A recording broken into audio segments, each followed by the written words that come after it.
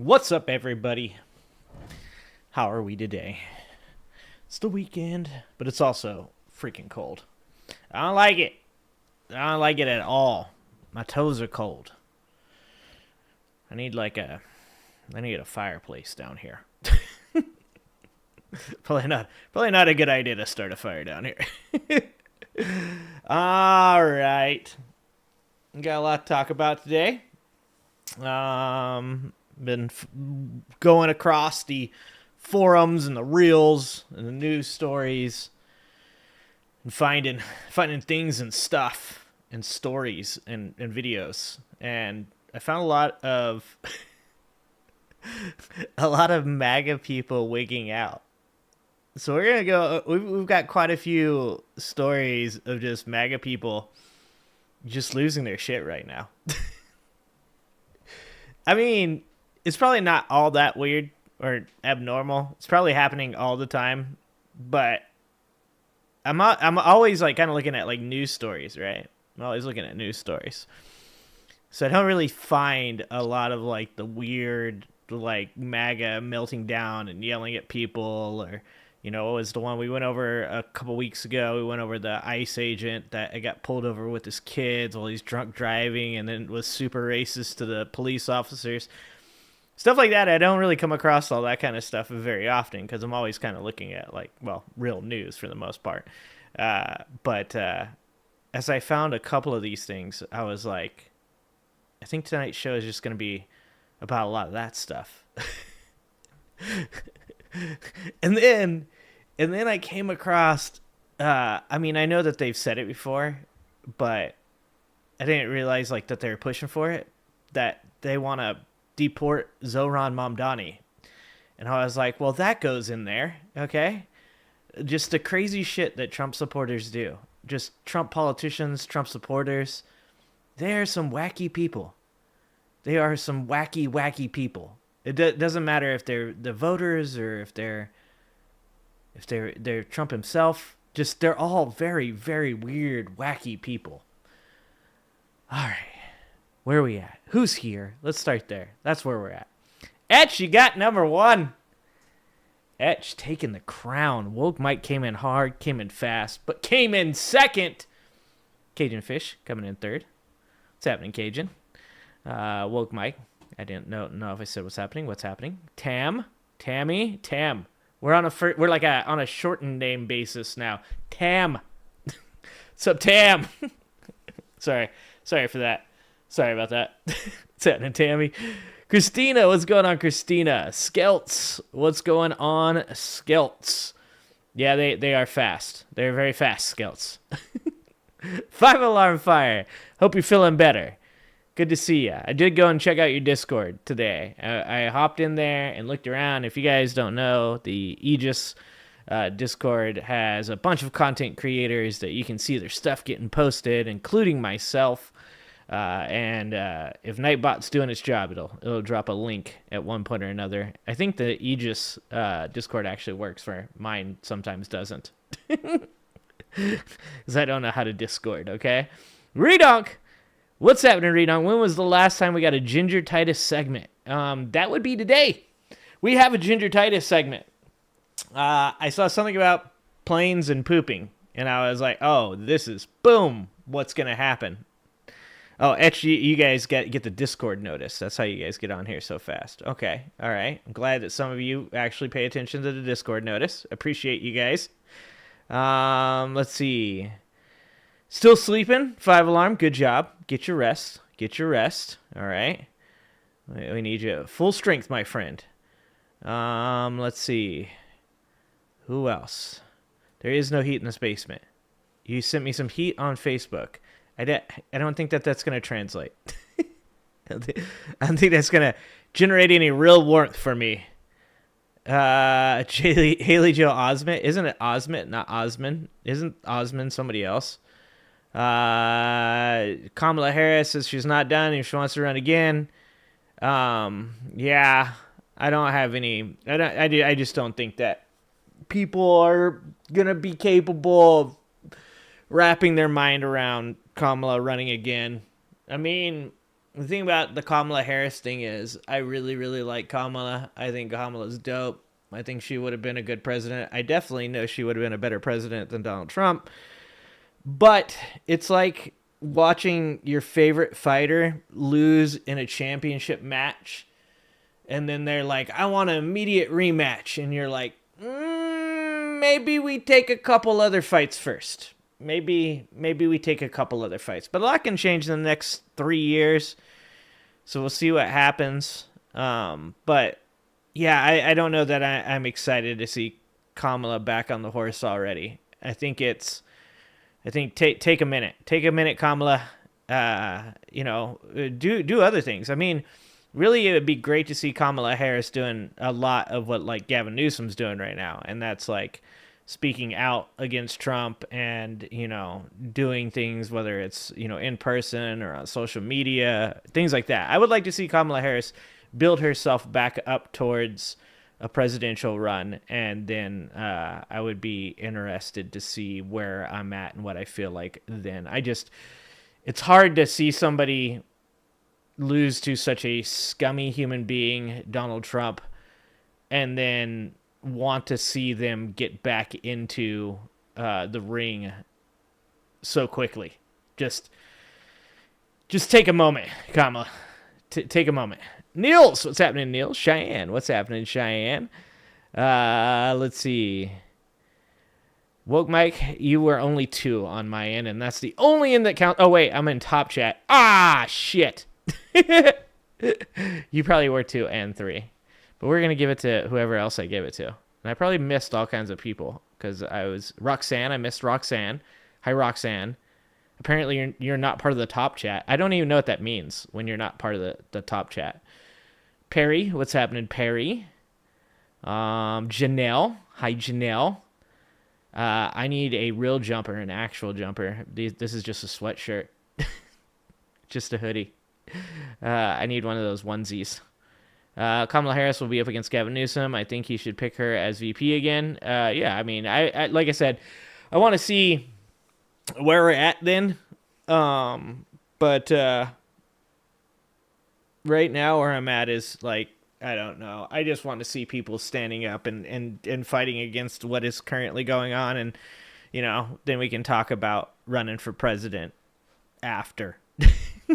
But first, I'd like to see us take care of what we have going on now, and then we can talk about running for presidents later. Thank you for the $10. Thank you for the $10. 5 Alarm Fire. Who wants to bet Trump has moved the pieces of the East Wing to Mar-a-Lardo and will be selling pieces of it like the Berlin Wall? Damn, that's actually a solid call, 5 Alarm. Like selling, like he was selling pieces of his suit, which he probably wasn't even pieces of his suit. I guarantee he was just like cutting up fabric and selling it. These people are so gullible. He's just gonna he doesn't even need to move the pieces of the East Wing there. He could just literally just go down to Home Depot and pick up some concrete or maybe just some cinder blocks. Go get some cinder blocks and then just smash them into dust and then sell them to his followers. Let me ask you a question, guys. Why hasn't Donald Trump sold his bathwater yet? They'd buy it. They would buy that. Like, you would go to your grandma's house, and there'd be like one of those little urine cups, one of those testers, just sitting on her mantle with a strange grayish liquid. Actually, I guess it'd be like orange, right? Do you guys think when Donald Trump... Okay, so what do you think? This is important, guys. This is science. This is for science, guys, for science. What do you guys think? Do you guys think Trump takes his face off before he gets in the shower? Or does he get in the shower and just let the hot water wash his orange makeup down through his nussy? Into his nussy? And then, like, is it just like a puddle of orange in Donald Trump's shower? Also, do the cleaning ladies, does it look like one of those Tupperwares that you put spaghetti in when Donald Trump gets out of the shower?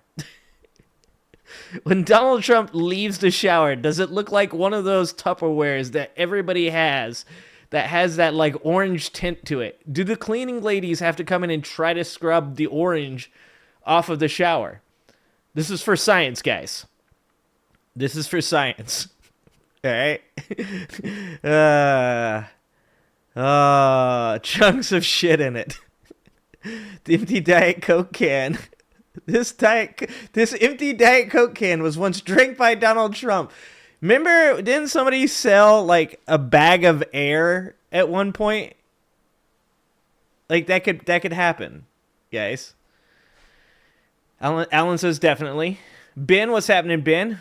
Robert, reptilians don't take showers, they just peel their skin. Allegedly. Allegedly. What's happening at LMC? Oh, all right.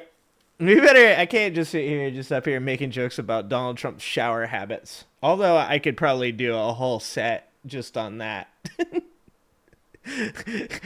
Maybe it'll be my Netflix special. What's happening, Jay? Oh, okay. All right. We got a lot of real stuff to talk about, though, guys. It peels from his nussy. Flaky nussy skin.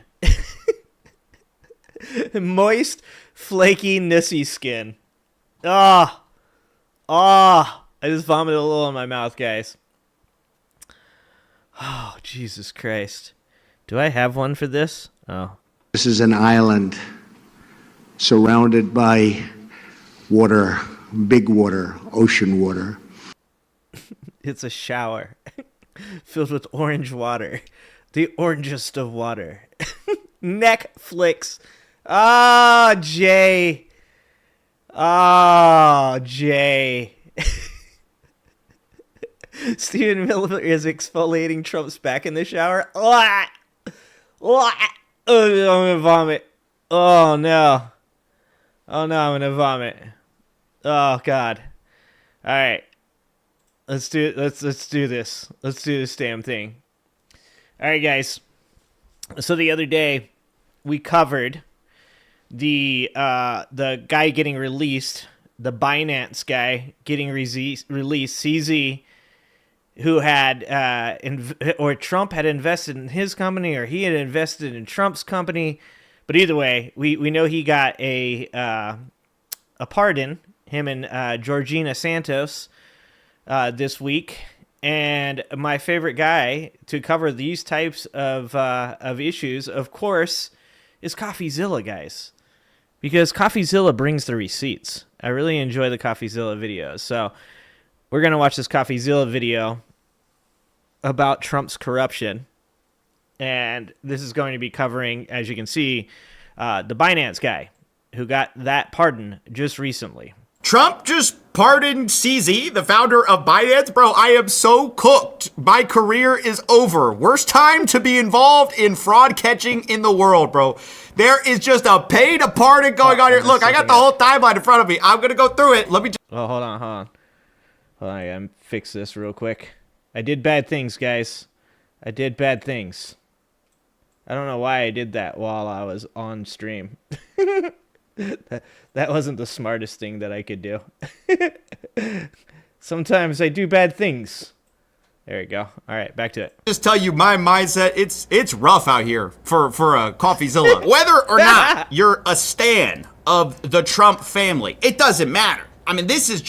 Luckily, I'm not. This isn't my wheelhouse. I just go to CoffeeZilla's channel to watch these because this is not my wheelhouse.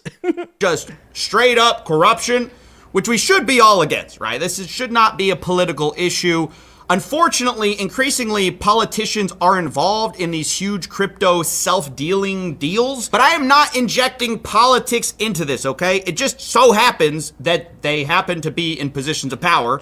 It just so happens that he is the president of the United States of America. It just so happens that he continues to give pardons to people that he says, I've never met him, but people say he didn't do any crimes, that he's a really nice guy. I don't understand, but the people, they came to me, they said, here's $150 million from a very nice guy. I said, man, that's a lot of money. That guy's probably a good guy. I wonder if he would come to the paved over rose garden and maybe he'd play with my nussy. But don't worry about that, right? Just look at the facts, please, for a moment. Sandy It all Chan. starts November 21st, 2023. What's up, J-Ro? Okay? Binance and Changpeng Zhao both plead guilty. Do I think Stephen Miller is nussy whipped? Oh, God, I'm just, the thought of Stephen Miller playing with Trump's nussy. Oh, God, guys. Oh, there's like, are there two grosser human beings on this planet? If they are, they're in the Trump administration. In a historic $4 billion plea deal where basically they admitted they didn't really have anti-money laundering. Wait. When Trump wakes up in the morning, does he leave a nussy print on his pillow? Like an orange nussy print on his pillow? When the maid comes in to like change the pillows, is there orange nussy juice? Okay, I gotta stop. Okay, I gotta stop. Back to the corruption. Sorry. $1 billion plea deal where basically they admitted they didn't really have anti-money laundering controls and they kind of willfully looked the other way, specifically in regards to people they probably should have not allowed them to use their platform, such as, according. Yeah, I was going to say, please say what you're talking about here because we're talking child trafficking. That's literally why Donald Trump will not fucking release the Epstein files. Trump supporters are like, I don't get it. Why doesn't he want to release the Epstein files? Brenda, why did Trump already release the Epstein files? Did I miss that? Huh? He hasn't released them. That's weird. What do you mean he also let a man out of prison that was facilitating cryptocurrency being traded for children? Well, that isn't connected, right? That's not connected. I love the poorly educated. That's definitely not connected. to the charges, terrorists, cyber criminals, and child abusers, which, you probably should block those people from using your platform. Now, on April 30th, 2024, Solid. Zhao is officially sentenced to 4 months of prison. And of course, a few months later, Donald Trump takes office, wins the presidency, okay? And while he's winning the presidency, he also announces the launch of something called World Liberty Financial, which is kind of their big crypto project entry. And this will become important. Why don't I have smoke billowing behind me? Because we're very low budget, guys, okay? CoffeeZilla is a serious streamer, all right? CoffeeZilla has big dollars, okay? You guys, I make like $13 off of a stream, okay? I don't have enough money for a smoke machine yet, guys. I'm still working on getting the pegboard so I could do the conspiracy theorist red string with pictures thing. First we do that, and then we'll work on a smoke machine. In a moment. But before we get to that, let's just talk about something that happens on March 12th, 2025. This is about a year after he gets sentenced to prison. All of a sudden, you have a big investor come in and put tons of money into Binance. It's a company called MGX, and they invest a $2 billion stake into Binance. And specifically, they say they're going to do it in crypto. What kind of crypto is not announced. Now, the next day, it's reported by the Wall Street Journal that Binance has been reaching out to allies of Trump since the year before in talks to strike a business deal with the family as part of a return of the exiled company to the U.S. Definitely not sus. Definitely not sus. It says the possibilities include the Trumps taking a stake in Binance or the deal going through World Liberty Financial. So already you're hearing little rumblings that, okay, maybe they're trying to do a special deal with Binance. And pretty soon we're going to hear talks of the pardon come up. But okay, and also, people need to not forget that Donald Trump, when he got into office, literally deballed the SEC's ability to go after cryptocurrency. Like, this is why the Haktua coin case was dropped. This is why Donald Trump and Melania's shit coins are able to do what they're doing with them, because They said pretty much that they don't have any intrinsic value and that they're just for fun, guys. Just for fun. Billions of dollars in cryptocurrency. It's just for fun. That's what it's like to be a billionaire. Is you're like, it's like, oh, what is this cheap thing you have on your shelf there? Oh, that's worth like $2 billion. Oh, it is? It's just for fun.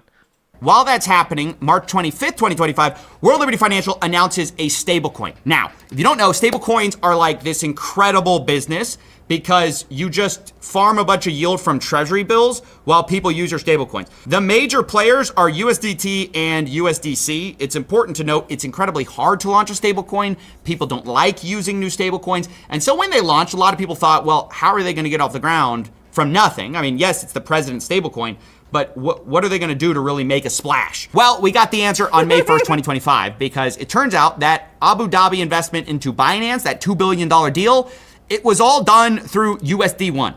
Now, there's no reason to do it in this currency. You could have done it in BNB. That would actually make a lot more sense. Put it in Binance's own crypto coin. No, the only reason you would do it in USD1 is to really help out one person or one player, which is World Liberty Financial. Guys, this is just like, they just do these things just because they really, really like Donald Trump. They're nice people over there in Abu Dhabi. And there's no quid pro quo going on here. I know that this is like the 45th fucking story that we've covered in the past 6 months about the potential of Donald Trump's administration doing some corruption. But that's just how it seems, guys. Really, this is, we get planes, fucking some cryptocurrency. That's just all out of the goodnesses of the Middle Eastern people's hearts. They look at Donald Trump as Orange Jesus. They're like, that man is one of us, and we just shower him with dollars like you would a stripper in your country. We show the same kind of love. And he probably loves them about as much as a stripper loves you. But just like the stripper, he takes that money and he uses it, and then you get blue balls. Which is Trump's crypto project. Because, of course, as we said, these stablecoins are backed by treasuries, and unless you redeem the two... Having a bunch of people who are so rich that they are insulated from any consequences of their terrible choices is dangerous, but the danger is passed on to the working class. Hi, Pinkerbell. Yeah, that's why when I laugh, it sounds like I'm crying a little bit. That's why sometimes when I'm laughing, there's like a single tear going down my cheek. Because really, it's only funny because it's so absurd and there's so many stupid people that like are falling for this shit. I just kind of look out and watch all this stuff and watch these people who are like, I can't pay for my groceries. My electricity bill is through the roof. And then they're like, I don't know why though. Anyways, Donald Trump got a cool new plane. $1 billion. If you just hold it in USD1, what you're doing is de facto making the World Liberty Financial Group about $60 to $80 million a year. Because they're just farming the yield from those treasuries at 3 to 4%, right? So it's $60 to $80 million in risk-free revenue for World Liberty Financial just due to the fact that this $2 billion deal was put in USD1. I wonder, so the government selling, was it long-term bonds and buying short-term bonds? Like, I need to look into like what that does with the treasury yield, because when bonds are sold, yield goes up, right? Is that how it works? It's been a bit since I've looked at this information. I should look into that though, because when you look at everything the government is doing right now, it's pretty insane. Like the selling of long-term debt, the buying up of short-term debt, these all the shit to do with the tariffs that doesn't make any sense. All the money that they claim that they're getting, but they're not putting it towards anything. And then now they're giving $40 billion to Argentina, which I believe is more than what USAID, like what it costs for USAID for like an entire year. Like, I mean, a lot of times I think I want to believe there's like this secret plan for corruption, and there's no secret. I just look at it and go, well, nope, it just seems as though I think that this is a lot more complicated than it is. And no, they're just actually just doing the corruption in front of everybody because nobody is going to stop them. Curious, right? Why would they do that except to maybe curry favor? Well, a few days later, Binance CZ announces that he applied for a Trump pardon, right? Oh, interesting timing, right? Right as they're announcing that it was all done in USD1. The next month, World Liberty Financial announces they're partnering with PancakeSwap and they're doing a $1 million reward trading campaign to increase USD1 usage. Now, of course, this is all once again associated with Binance. Now, on September 15th, 2025, we all of a sudden hear that there may have been some favors being done, or at least the appearance of favors. No. being done in that big deal where the $2 billion investment, as I said, part of it was MGX. Now, what was discovered by the New York Times is that right at the time that they were making this big investment into Binance, of course, which benefits World Liberty Financial immensely, they all of a sudden get access to a bunch of special AI chips. This is according to the New York Times. One of the sheikh's investment firms would deposit $2 billion into World Liberty America first, guys. Remember, guys, America first. Financial, a startup founded by the Witkoffs and Trumps. 2 weeks later, the White House... Jay, I say send Trump to jail and award him the Nobel Prize. Ah!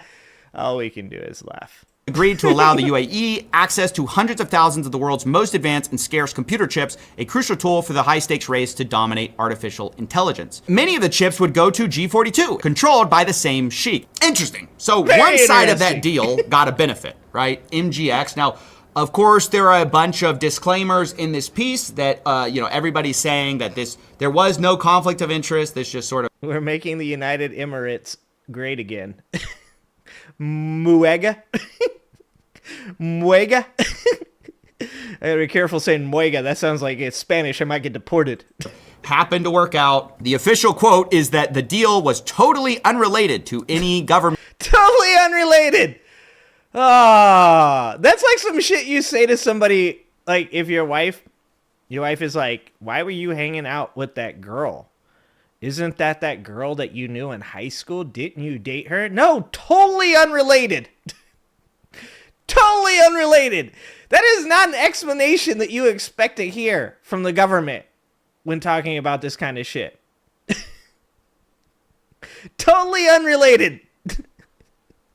Anyways. Business. But now we know one side of the deal, MGX, got something. And now the question is, what does Binance get out of holding this USD1, right? Why don't they just redeem it for cash? Why don't they just put the money into stablecoins themselves, farm the yield themselves, that $60 to $80 million we were talking about, use it for something? Well, on October 11th, remember we had that hyper-liquid whale that we were saying, maybe insider trading with the whole timing of the Trump tweet. Well, interestingly, they are linked to a Polymarket account called Big Winner 01. And a couple weeks ago... At least it isn't like Trump's Nussy 69420. That could be, Big Winner 01, not too bad. All right? That sounds like Trump named that account himself. Remember, guys, if this comes out at one point and it ends up being that was Trump's account, I want you guys to remember I said that shit first. They started betting on will Trump pardon Changpeng Zhao in 2020. Imagine if Donald Trump is on fucking Polymarket betting on whether or not he's going to pardon people. Oh my God. Guys, it's possible. Which was a really kind of like wild bet at the time, like by the end of 2025, because there were only a couple months left, right? But then all of a sudden, of course, October 23rd, 2025, we get the last leg of this deal. Trump, of course, pardons convicted Binance founder. And it's important to note, once again, just like the MGX deal, it's Barron. It's Barron's account. That checks out. Good job, guys. Allegedly. The White House is, of course, denying that it had anything to do with some of these crypto deals. Instead, White House Press Secretary Caroline totally unrelated. Leavitt says that Trump exercised his constitutional authority in issuing a pardon, who was prosecuted by the Biden administration and their war on cryptocurrency. The Biden administration's war on crypto is over. But again, what we saw is that the actual charges had nothing to do with like politics. Instead, all of the charges were related to anti-money laundering and allowing money to go to basically criminals. They had chats from the chief compliance officer of Binance noting that they should probably not allow money to Iran, North Korea, Syria, Cuba, and Crimea. So, they kind of...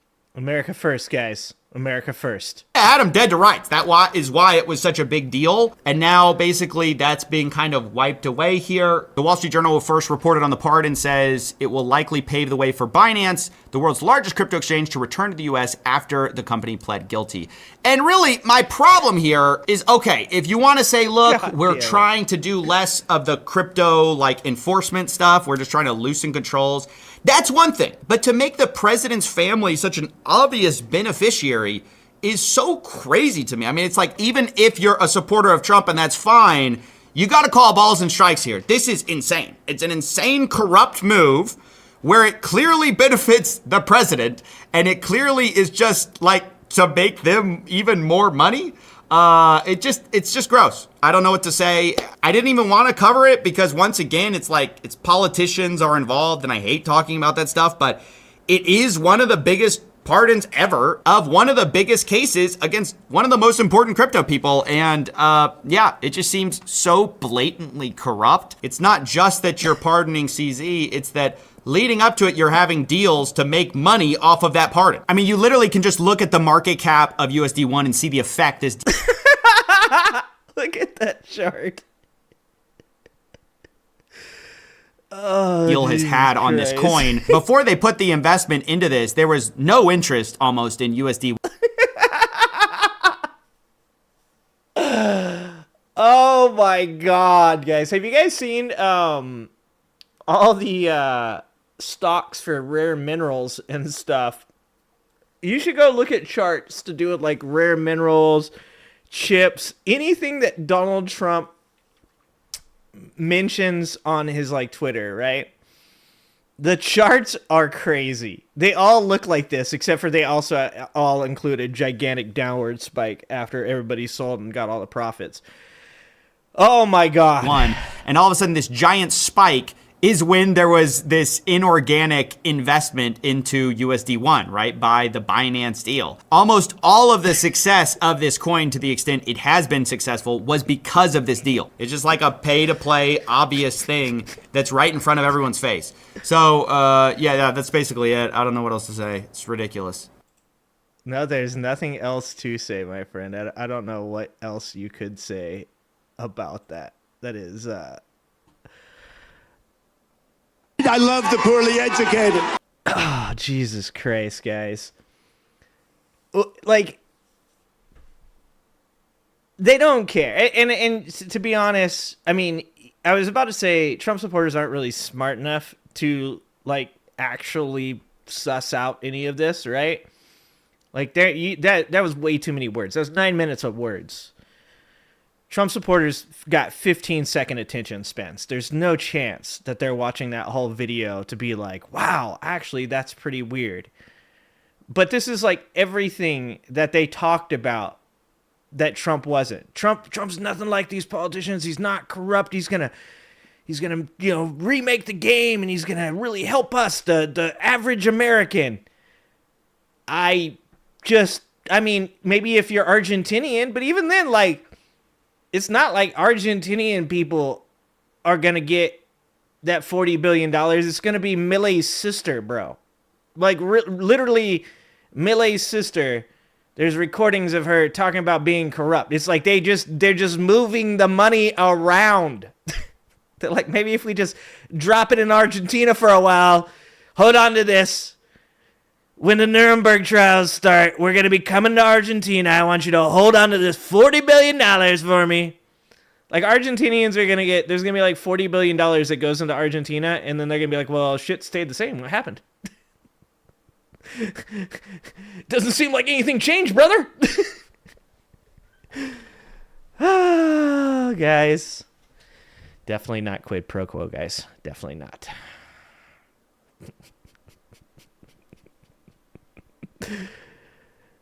All right, I think we have to go with Titus now, right? I think we have to go with Titus now. That's the only way to segue from something that absurd. We have to watch Titus. So let's watch the new Titus. It's called President Poop Plane. All right. The last Titus that we watched spawned the Nussy. Okay. I wanted to name that video Comedian Rex Trump's Moist Nussy. And I was like, probably putting moist in there is probably one step too far. I just named it Comedian Rex Trump's Nussy. I was like, if we go moist, no one's clicking on that bad boy. Oh, Jesus Christ, guys. We live in a strange world. All right. So we got Titus on the Armageddon update. Hope you guys are ready for some poop plane. I'm Christopher Titus, and this is the Armageddon update. Sorry, I got a little bit of a cold. Look, as the Epstein... Dude, all of us are sick right now. My wife just got over getting sick. I wish we had vaccines. Shutdown continues. Sweet potato Hitler, congestive heart Fuhrer, or President Poop. Oh, we haven't seen those cankles for a while. Look at those bad boys. Whoa. Dude, wear bigger shoes. Why would you force your edema cankles into those shoes, man? Like, that's why the man is so angry all the time. That is way too tight. His edema ankles probably hurt a lot. Hitler, congestive heart Fuhrer, or President Poop Plane, you pick the name.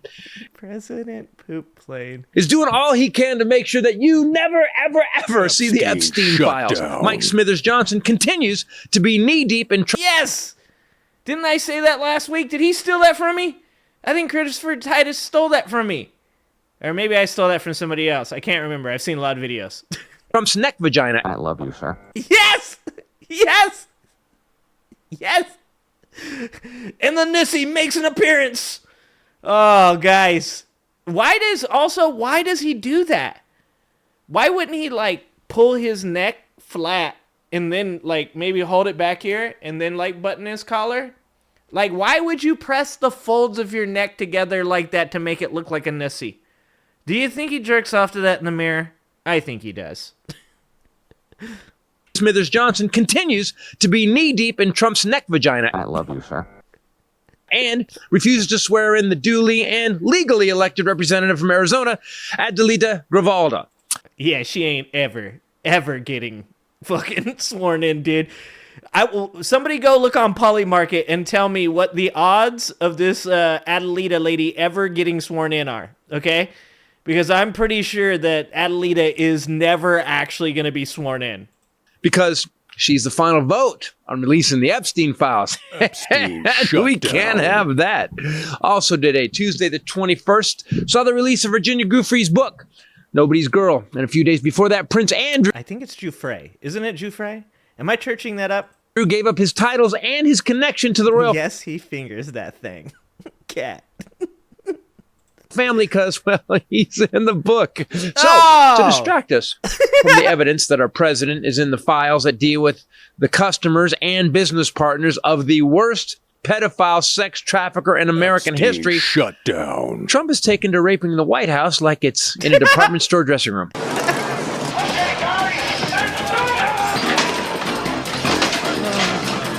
He started a 2-year construction project. Dude, if Obama made an AI video about pooping on people, the fucking entire country would lose its mind. I don't even mean just the right. Like, even the left would be like, what the fuck, man? If Obama tore down the East Wing, the entire country would lose its fucking mind. Oh my God, and Trump's been dreaming about tearing down that fucking East Wing forever.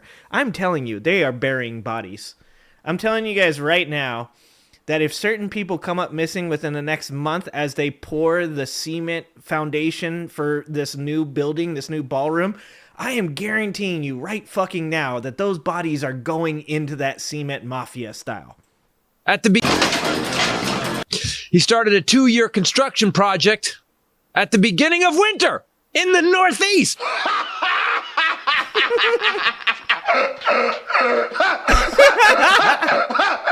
Brilliant. The only explanation for doing something so stupid would be to distract from the probable fact that our president is a huge pedophile. And in the Epstein files. Or those files would already be out, wouldn't they? So our house, the people's house, the place where our history lives, the sacred house of democracy. What's the chance that there's a Trump Tower there in the next 6 months? What's the chance there's a casino there in the next 6 months? Guys, is there going to be a Trump casino where the White House was? Oh, fuck, I need to move to Albania. Democracy, our house, and in the Epstein files. Or those files would already be out, wouldn't they? So our house, the people's house, the place where our history lives, the sacred house of democracy, has been turned into a cheesy, gold-titted white trash hovel. I'm surprised he didn't park an old Chevelle on the lawn next to a broken refrigerator. Our president is white trash, period. I mean, let's go down the white trash checklist. Wants to date his daughter. If Ivanka weren't my daughter, Yeah, that's right, he does. Check. Lies constantly about his accomplishments. Checkity check. Thinks McDonald's is food. Check. Has loser children with rehab issues. Check. Can't read. I said, well, let's see how we say that. Acetaminophen. Acetaminophen. Ding. Check. Can't speak. Ulysses S. Grant, that beautiful Orion space capsule. The combat infantryman. Dude, the capsicle. Oh, God, the capsicle. Oh, God, dude. Check. Has numerous felonies. Check. Blames everyone for his problems except himself. If there is a shutdown, I think it would be a tremendously negative mark on the President of the United States. If there's a I mean, he's not wrong. I fully support that message. shutdown, it's only because of the Democrats. Check. Has numerous bankruptcies. Check. Paves over the garden so he don't have to cut the grass. Check. Been divorced numerous times. Check. And in the most white trash thing imaginable, he buried his ex-wife in the backyard like a schnauzer. Now go outside. Go outside and tell your Nana that you miss her. Wasn't that on, wasn't it the Righteous Gemstones where they have, like, the statue and stuff for the mom?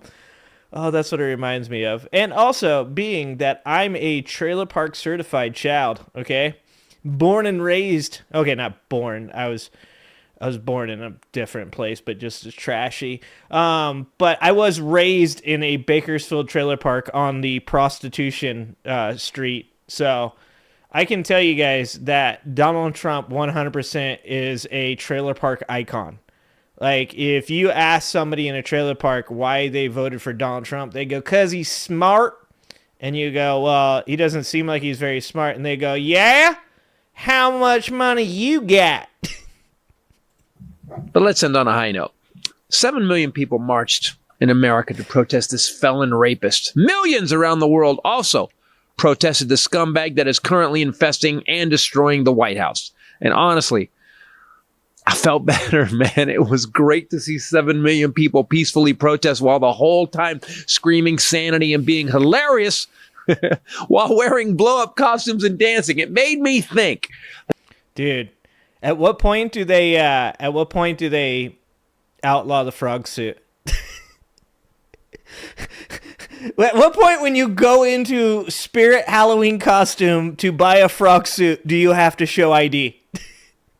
You're going on a list. You can buy yourself a semi-automatic rifle with fucking ammo that shoots flames out of it. But if you walk into a store to buy a frog suit, you're going to be put on a list. That shit's happening. That although while wearing blow-up costumes and dancing, it made me think that although democracy is currently under siege, there is a line where we the people will no longer take it. And if I was the person shitting on the American people and democracy, I'd be afraid. Very afraid. Keep getting loud, people. Keep clowning these humps and continue to scream sanity because you guys made my week. I'm Christopher Titus, and this is the Armageddon Update. Yeah. Go ahead, man. Keep fucking shit up. Go ahead. Keep breaking down the White House. Keep doing some... Hell, why not build a meth lab at the White House? You white bastard. But I'll tell you what. Eventually, the American people will say, you know what? I got a long weekend to end this shit. Let's go!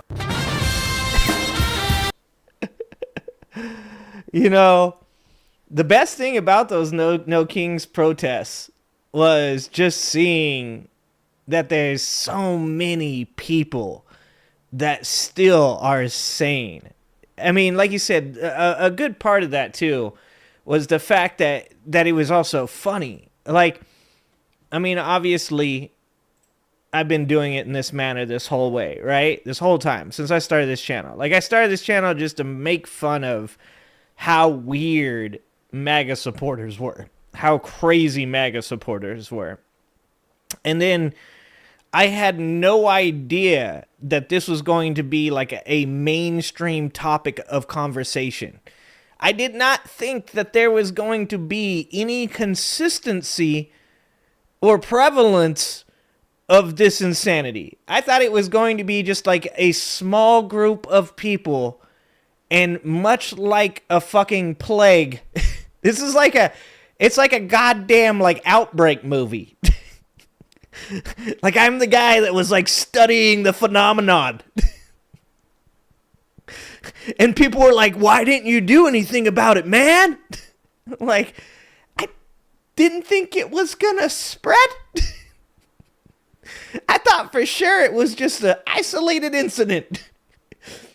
Look, man, when people were saying that Joe Biden was actually Leonardo DiCaprio wearing Joe Biden's skin as a suit, I didn't really think that that idea was going to take off.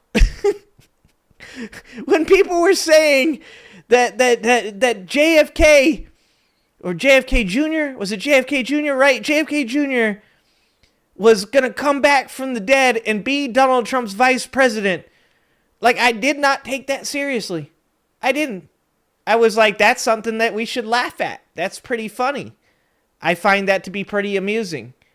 And then we're here. Fuck me. Holy shot. I love the poorly educated. Oh, guys. And here, one thing I will say, because I know I'm about to play something. We're going to go from funny and laughing to something that's serious. I want to say that I think we all know how serious this is. I think we all stand up for what is right, and we speak loudly, and we make our point, and we get it across. And that's what the No Kings protests were about. But also bringing that humor also just like keeps us all sane, right? It keeps us all sane. Because I'm about to play a video for you guys. And some of you guys might have already seen this. But I'm about to play a video for you guys, which is just another example of people saying, no, you guys always think Trump's going to do all these things, and you're just crazy. He's making jokes. It's just trolling, whatever you want to call it, right? Steve Bannon was in an interview last night. Steve Bannon, in this interview, said, and I quote, Donald Trump will be running in 2028. There are ways to get around what it says in the Constitution. Guys, is this this is the kind of shit that I tell you guys when it comes to right-wing people gaslighting you and being like, you guys are always just falling for it. Trump's just trolling, man. Trump's just making jokes, bro. Now, I don't think that Donald Trump's going to make it through the next 4 years, to be honest with you. Edema cankles, it doesn't look good, okay? I don't think he's going to make it through the next 4 years. So I don't think he's going to have a chance to run again in 2028. But this fucking guy right here would 100% put him up there if he had the chance. Because this dude Steve Bannon is a weird dude. So let's see if we can just find it. Here, let's get through the beginning of this. We don't want to hear all the beginning stuff. In America, where the little guy, the person that the system is based upon, the working class and middle class in our country, sharing the prosperity, we actually have returned to capitalism, because we don't have capitalism today as much as you guys hawk it. What? What? This isn't capitalism? I mean, You could say it's crony capitalism, right? But that's capitalism. This is corporatism. So we have to break that. We have to give the little... Capitalism and corporatism, that's like this peanut butter and jelly, dog. You don't want... You ain't going to get one without the other. guy an opportunity to thrive, since the whole system... Because you don't want to regulate government... or you don't want government regulating business. If you don't have government regulating businesses, and Steve Bannon does have some pretty quirky points of view. There's stuff that Steve Bannon will say that you're like, well, yeah, like actually I agree with that. It's kind of like Curtis Yarvin shit, right? There's stuff that he'll say that you're like, yeah, that makes sense. That's not... Weirdly enough, Steve Bannon is not the furthest out there person. That's such a strange thing to say. During like normal times, Steve Bannon would be fucking insane, right? But considering how insane everybody is in the Trump administration, he's actually like not as insane. Rest upon him. We're at political war. I say that every day. So what's the end point of a war? The end point. Christina. So Christina, you say Bannon is also a Nazi.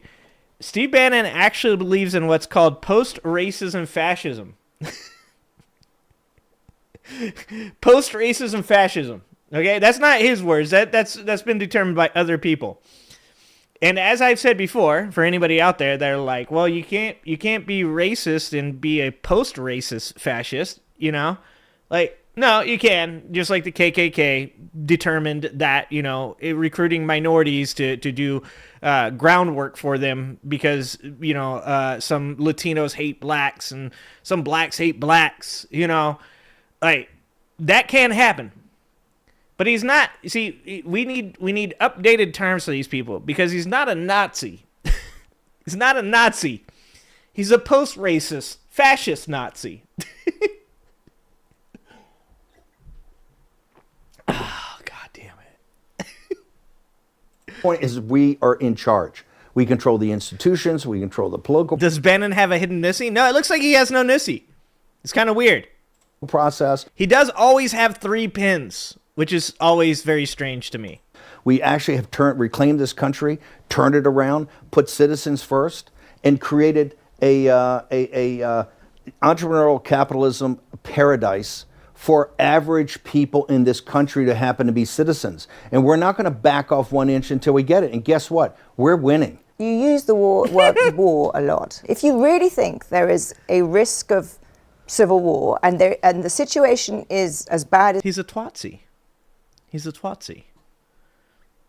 Well, no, fascist, original fascist. I mean, yeah, I guess okay, so just a fascist then. Yeah, that's good. Just plain fascist. That's good, Christina. That's good.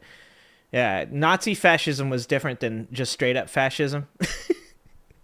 As you are saying, don't you have a responsibility as someone who sees this and who's a student of history and has seen what has happened in history to calm things down? I also agree with twatsie. I think twatsie could be used. I think that should be used. Not to calm things down at all, to warn people.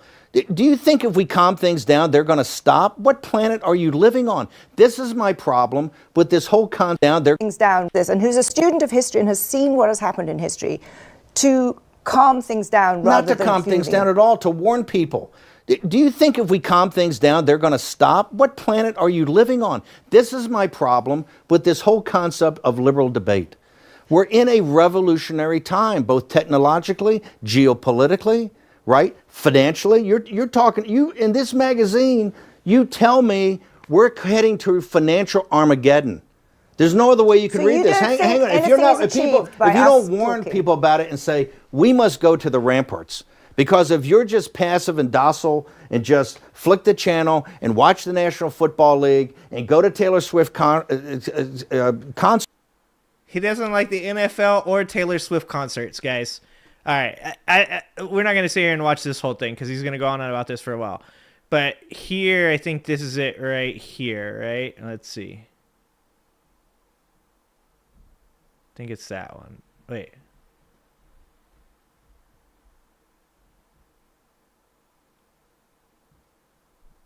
Yeah, I think this is where he talks about it right here. Third term in order to see that job through. Well, he's going to get a third term. Didn't have Others that spent at the very moment that if you didn't have populist nationalism stopped the managed decline of the country by the elites of the nation. And does he need a third term in order to see that job through? Well, he's going to get a third term. So Trump 28, Trump is going to be president in 28, and people just ought to get accommodated with that. So and he sounds like Curtis Yarvin, doesn't he? When Curtis Yarvin said, later Christina, when Curtis Yarvin said, people need to get over their fear of a dictator. Like, that's the exact same way he sounded. Well, it's going to happen. People are just going to need to get over their fear of dictatorship because dictatorship is the way to go. You can hear, like, the same tone. He's not angry. He's not upset. He's not laughing. He's not joking. He's literally saying Donald Trump's going to be running in 2028, and Donald Trump is going to become the president in 2028. And just wait here for just 1 second. What he's about to say gets even weirder. 28, Trump is going to be president in 28, and people just ought to get accommodated with that. So what about the 22nd Amendment? There's many different alternatives. At the appropriate time, we'll lay out what the plan is. But there's a plan, and President Trump will be the president in 28. We had longer odds in 16 and longer odds in 24 than we got in 28. And President Trump will be the president of the United States, and the country needs him to be president of the United States. We have to finish what we started. And the way we finish it through Trump, Trump is a vehicle. I know this will drive you guys crazy, but he's a vehicle of divine providence. He's an instrument. He's very imperfect. He's not church. He's a vehicle of divine providence. Steve Bannon is saying that Donald Trump is God's chosen president. When people say it's not a cult, I want you to remember this. When people say that it's not a cult, remind me of what it is when a person is the leader of a group and that person is seen as a divine vehicle. Remind me what that's called again, guys. I can't seem to remember what they call those groups of people. I think they're cults. I think it's called cults. He's a vehicle powered by Diet Coke. But he's a vehicle of divine providence. He's an instrument. He's very imperfect. He's not churchy, not particularly religious. That's a fucking understatement of a lifetime. He's not churchy. But he's an instrument of divine will, and you can tell this of how he's pulled this off. We need him for at least one more term. Dude, what has he pulled off? I mean, I guess if you think burning down the country is a good thing, I guess that, like, you're like, he's doing a great job. Like, dude, this guy he is killing it. Right, and he'll get that in 28. You're not driving me crazy. I'm really I'm trying to understand the coherence of the things you've just told me in the last few minutes. On the one hand, you've said the Constitution is fit for purpose. Secondly, you've said that President Trump needs another term, even though the 22nd Amendment makes pretty clear that he cannot have another term. Why does it make that clear? Because he's on his second term already. At some point in time, we will make sure we go through, Zanny, and define all those terms. Okay? But even if you find a way... Dude, why is this interview so combative? And I don't mean from her point. I mean, why is he so combative? Jesus Christ. He is so angry. Like, the dude looks like a fucking mad toad. He's just like fucking... He's got fucking bug-eyed... fucking pink, like, fucking red, pink and red, like, irises, like, or, yeah, irises, right? That's the outside of the eye.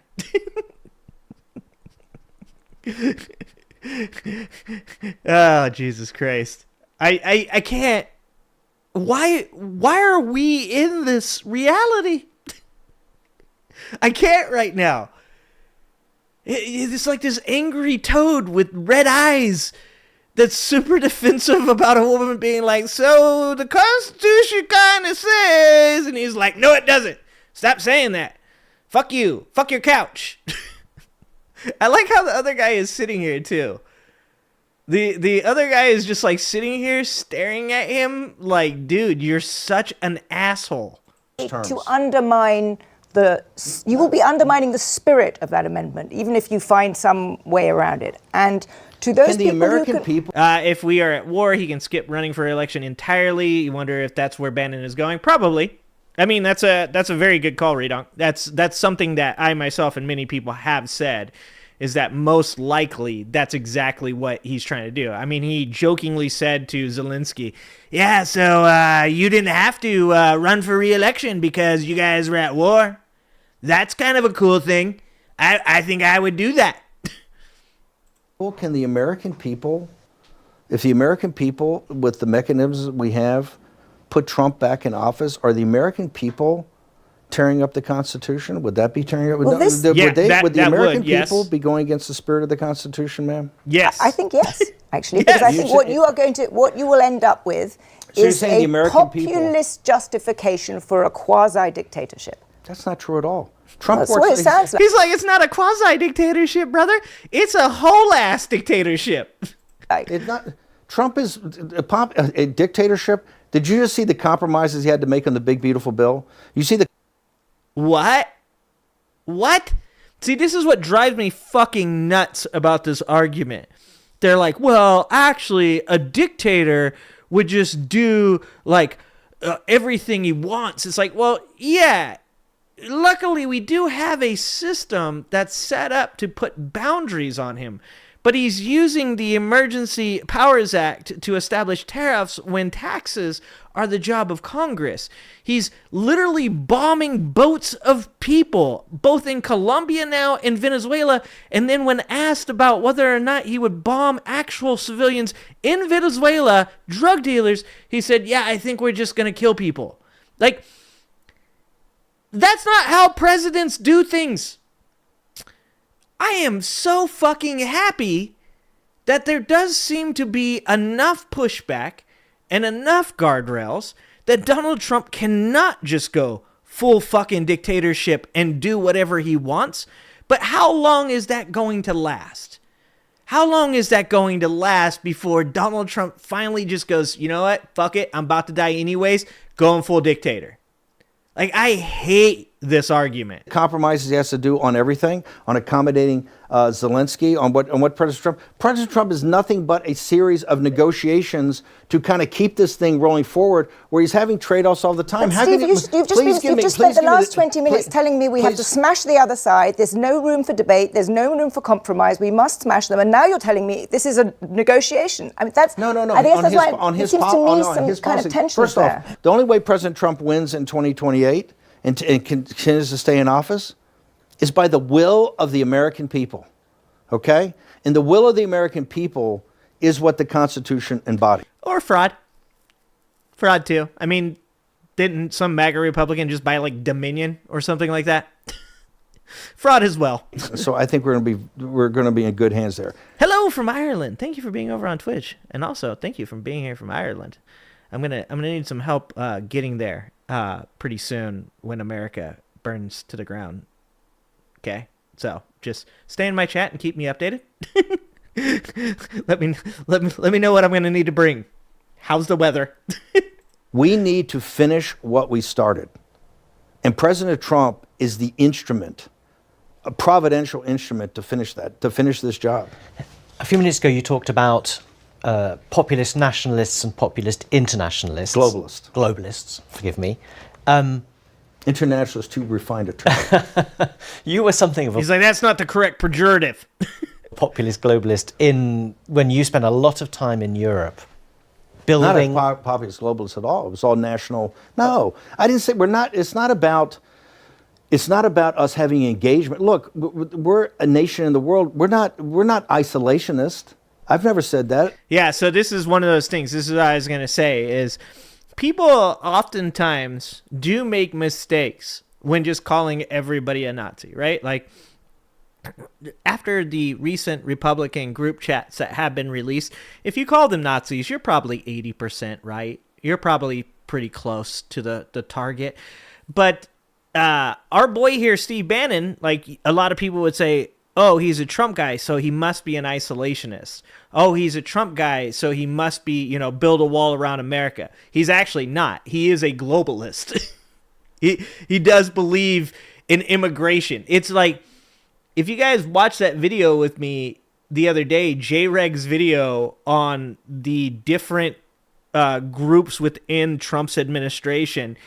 It's pretty fucking, it's a good video, and it helps to explain a lot of the reasons why sometimes when people go, oh, this person believes X because they're in Trump's administration, they're actually wrong. Because Donald Trump isn't like some type of dude that has just like a certain type, right? Like, he's the type of dude that it's like his pockets are open, and if you're willing to shove money into those pockets, or if you're like obscenely loyal and you'll massage his nussy, okay? If you'll do that, then you get to be in the group, which creates this weird like corporation kind of grifters from different portions of like the worst parts of our culture. And so if they're thinking he's a global or not a globalist, they're going to get that wrong. I'm a non-interventionist. I don't want to be in the bloodlands in Ukraine. I don't think the country should, or in the Middle East. It's a sideshow. I'm all for direct engagement with the Chinese Communist Party because Jeannie, what's happening, Jeannie? We see what they're trying to do. Now, I'd like not to send troops there because there's other ways we can do that without putting people. But no, the European project, because remember, in this very room is where Nigel Farage first talked about Brexit. Before it even became a thing, we had a gathering of the beginning of the MAGA movement. This isn't like in 12, 13, 14. Wait, is he saying that the beginning of the MAGA movement was from Brexit? Nigel would come over and we'd host these huge dinners for you. And Nigel would stand up and give these talks about getting Britain's sovereignty back. And we had all the populist little, the Alternative for Deutschland and the Salvini group, the Northern, but the Alliance and people in Vox, all these different people would come. But because we saw they were all fighting a common fight. So give me a kind of scorecard just going around Italy, France, Germany, Britain of where these parties lie. Well, so that's it. That's him. But you guys see, at this point, there's no facade. There's no blurring. It's just straight up. He's saying Trump's going to run in 2028, and he's going to win. Now, you could say that maybe he's being hyperbolic by saying he's 100% sure it's going to happen and all that stuff. But I don't think he is. I think that he knows how they're going to win. And like I said, I actually don't believe Trump will make it that long. I those edema ankles definitely look like they're on the way out. But it's also concerning that if he doesn't make it there, right? Because all of these people are super fucking pot committed. All of these people have, half their body through the door. And if Donald Trump dies, that door slams. If Donald Trump croaks tomorrow, which it seems like he's afraid of, I mean, a lot of people think the reason that he's tearing down the East Wing is because he wants the Arc de Trump built, and he wants his ballroom built, and he wants these statues to his legacy to be there before he goes, because he knows if he dies, ain't nobody gonna build him for him. Nobody likes him. Like, he knows he's going. So It's both worrisome in the fact that they're saying that he's going to run in 2028 and win, but it's also worrisome in the way that they are so committed to this dude doing these things that you have to ask yourself, what are they going to do if he does die? That shit's going to get crazy. All right. Well, speaking of Nazis... Speaking of twatsies,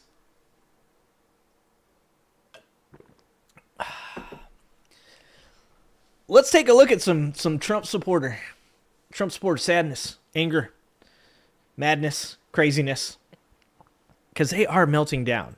Like I said, I do think that a lot of this stuff is causing them to have some pretty volatile interpersonal, I'd even say, because a lot of it is with each other, but volatile interactions with other people, both their influencers and their voters, right?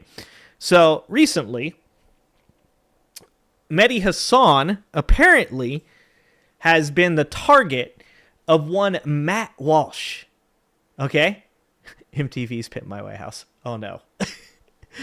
So Matt Walsh apparently been listening to some Eminem songs, getting himself all stoked up for the beef, and he chose of all people to fuck with Mehdi Hassan. This is not, if you can choose your own opponent, don't pick Mehdi Hassan. That's a bad idea. And Mehdi Hassan decided to make his reaction to this. So I want to watch this a little bit with you guys, and then we're going to get into Zohran Mamdani and the representative from Florida, Fine, deciding that they're going to push to try to have Zohran Mamdani deported. We'll get to that after this video. We need to talk about Matt Walsh. And if you're asking Matt who, then I'm truly envious of you. Normally, I wouldn't waste time responding to basically an internet troll, but Matt is so emblematic of everything that is... Just look at Matt Walsh. It is the funniest people that think that they're leaders. Now, he does look a lot like that the main villain in The Handmaid's Tale. They do have a lot in common, but this dude isn't going to survive if shit breaks down. Matt Walsh has no chance in a society without boundaries. This dude is not alpha in any way, shape, or form. Wrong with the modern MAGA right, faux outrage, self-victimization, verbal abuse, a walking, talking Dunning-Kruger. Now, Matt Walsh, who says he's a conservative Christian, is upset with me for being a Muslim and for being an immigrant, but above all else, for being an American. That he cannot stand. So he did an entire 13-minute video calling me a spiteful...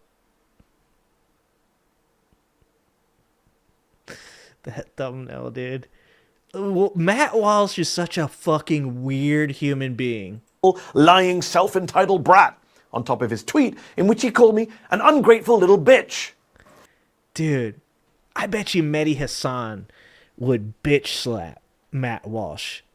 I got money on Mehdi, all right? Like, if this came to fisticuffs, guys, gotta say fisticuffs after I saw that Mehdi picture.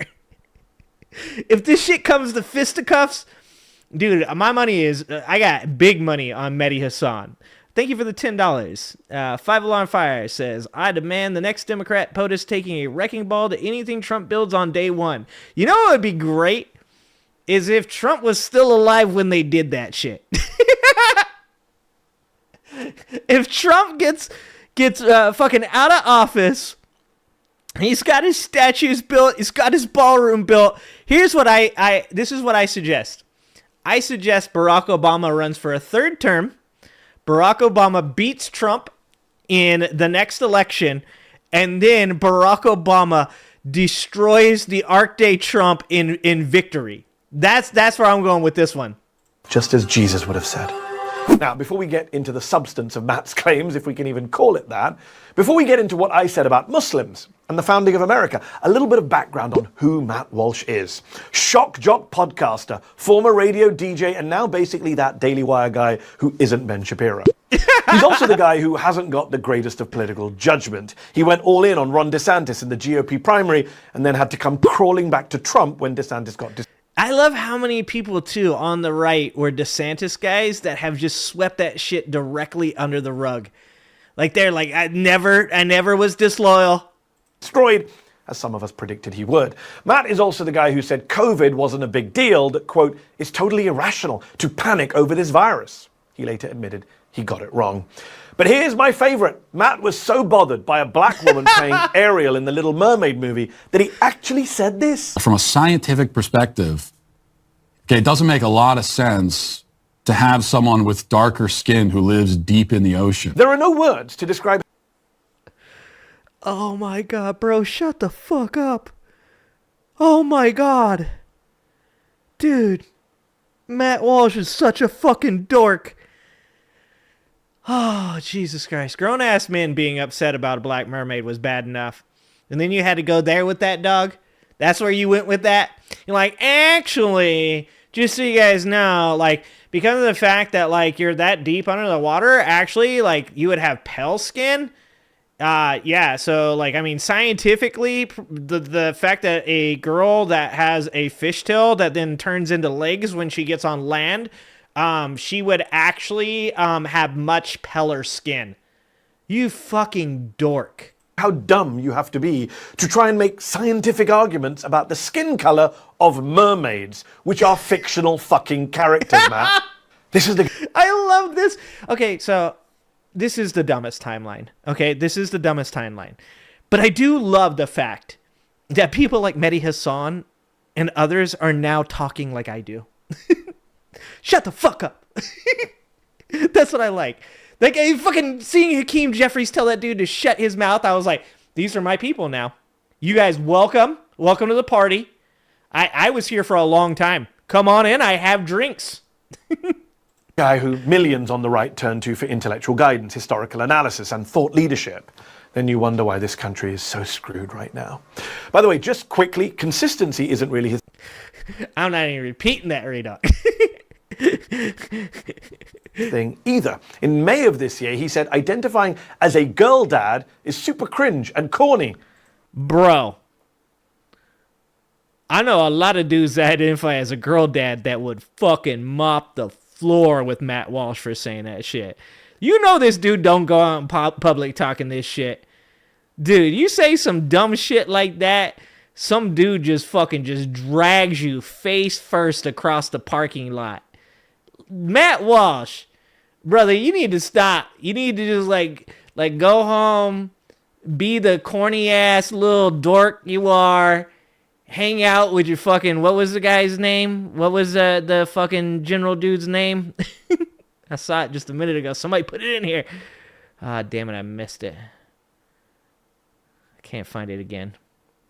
Anyways, that dude from The Handmaid's Tale. Just go be that dude. Like, behind closed doors with your trad wife, where she's like, you know, cosplaying, being, you know, subordinate to you, because deep down inside she knows that if she wanted to, she could just man up and just take over the whole fucking house. Like, just go do that shit, dog. You're going to run into the wrong dude that's going to be like, yeah, by the way, I'm a girl dad, and I'm going to fuck you up. In 2020, though, he said, being a girl dad is a great blessing.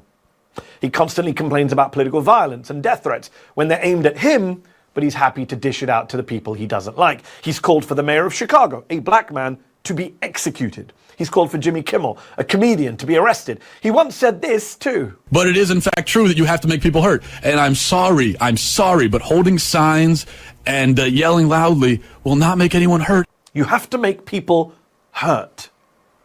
Now, what's really bothering him about me is that I said in a recent visit to Dearborn, I think that if you can play church bells, you can pray the call to prayer. Isn't it okay for Muslim Americans to broadcast a call to prayer? Yeah. I mean, let me add right now, within reason, of course, I don't like religion and in at accordance all. with all local sound Seems and noise fair. ordinances.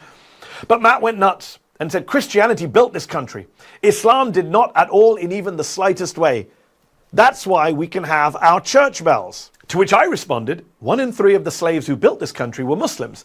They were here long before the Walsh family arrived. You'd know that if you'd studied history, but I know MAGA has an issue with studying.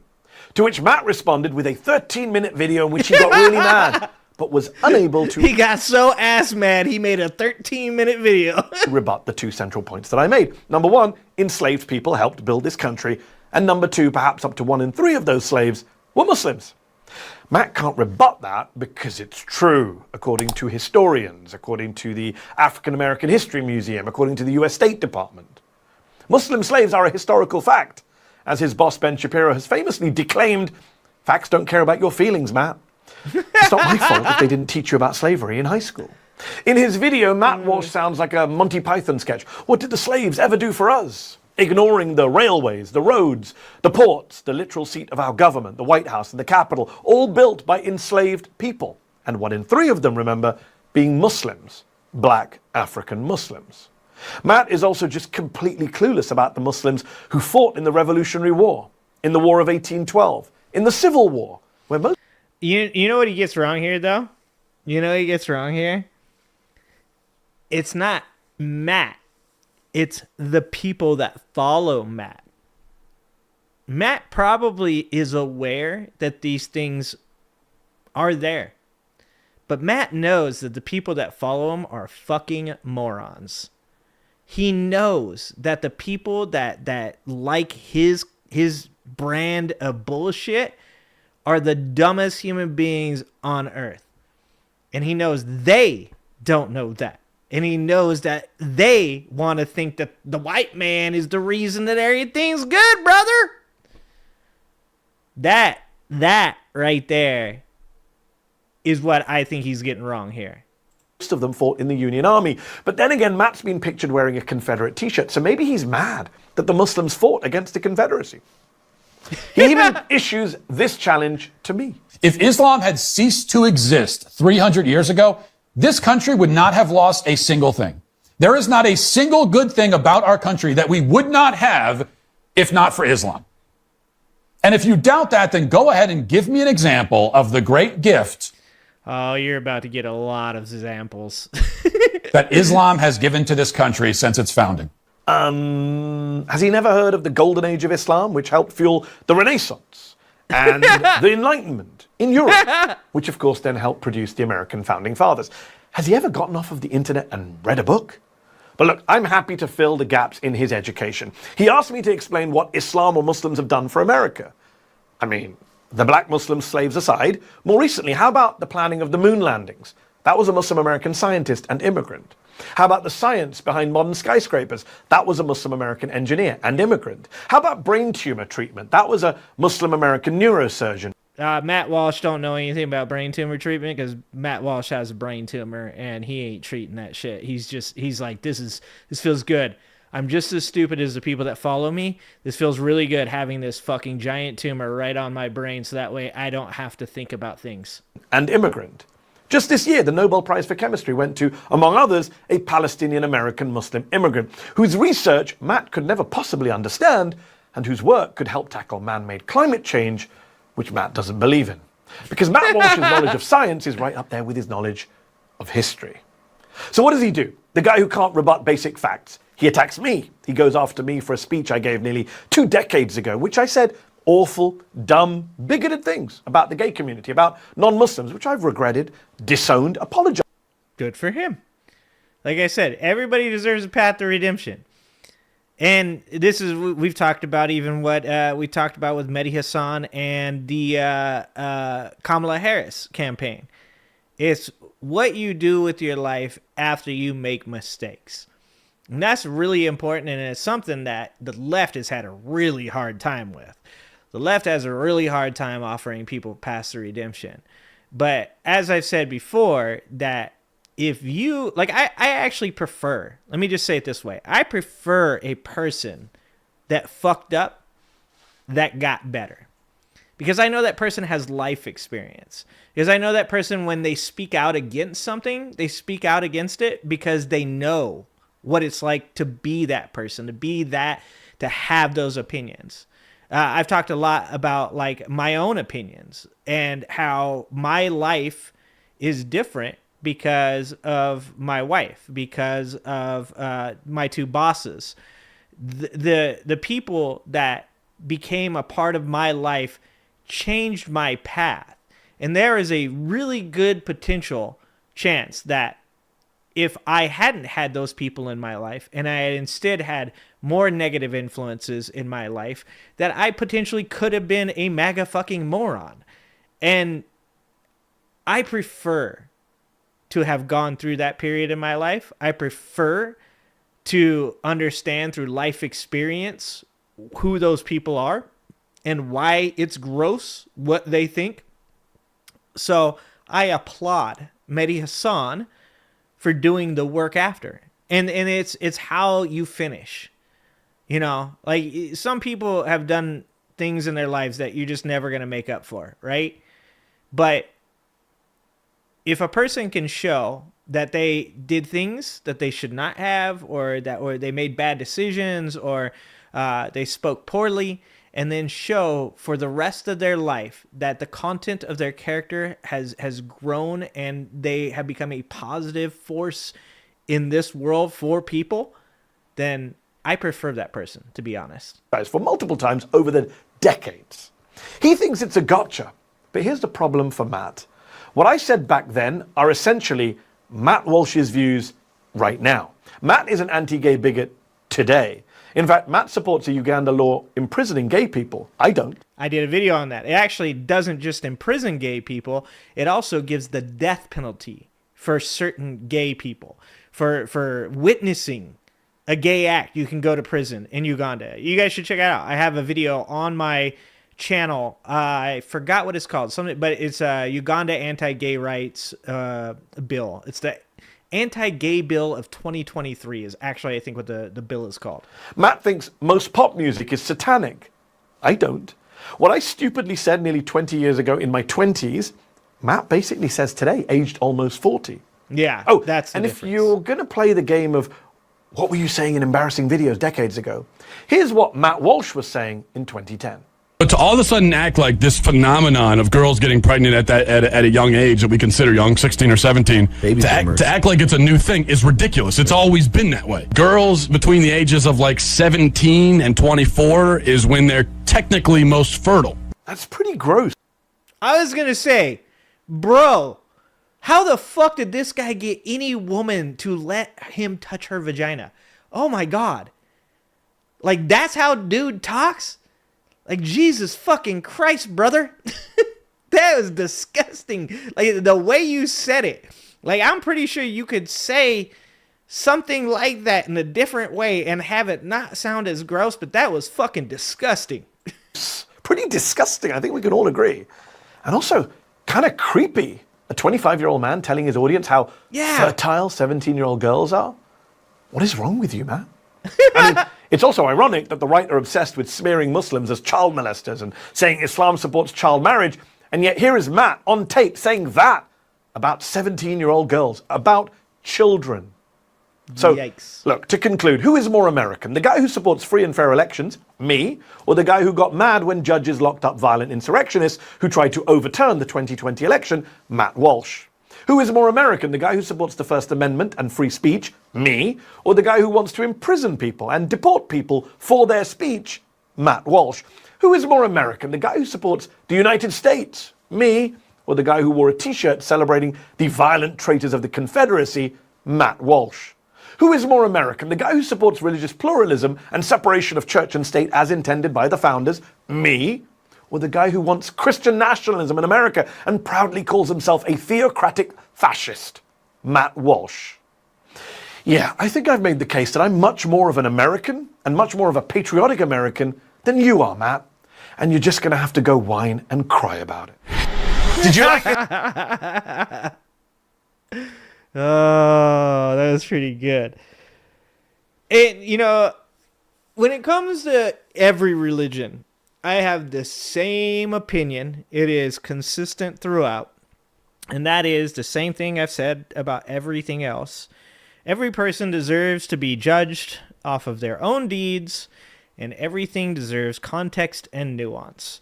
So, if you're a person that is a Muslim and you want the best for everybody and you don't wish harm upon people and you're not trying to restrict women's rights and you know you're not anti-LGBT, good on you.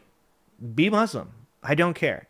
If you're a Muslim person that believes that gay people shouldn't live, if you a Muslim person that believes in Sharia law, if you're a Muslim person that believes, you know, like in harming others because they don't believe in the same religion as you, you can fuck off. And the same thing goes for Christians.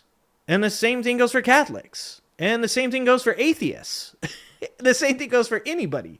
As I've said before, I try not to hold an entire group of people accountable for the portion within them that is extreme. In fact, I do the same for Republicans. I say all the time that there are libertarians that I can have discussions with. There are conservatives that I could have discussions with. But MAGA Republicans, for the most part, are fucking extremists. And they're crazy. And they're just as bad as any religious extremist that they claim to hate. In fact, I would venture to say that MAGA Republicans have more in common with Muslims that want Sharia law than probably Mehdi Hassan does.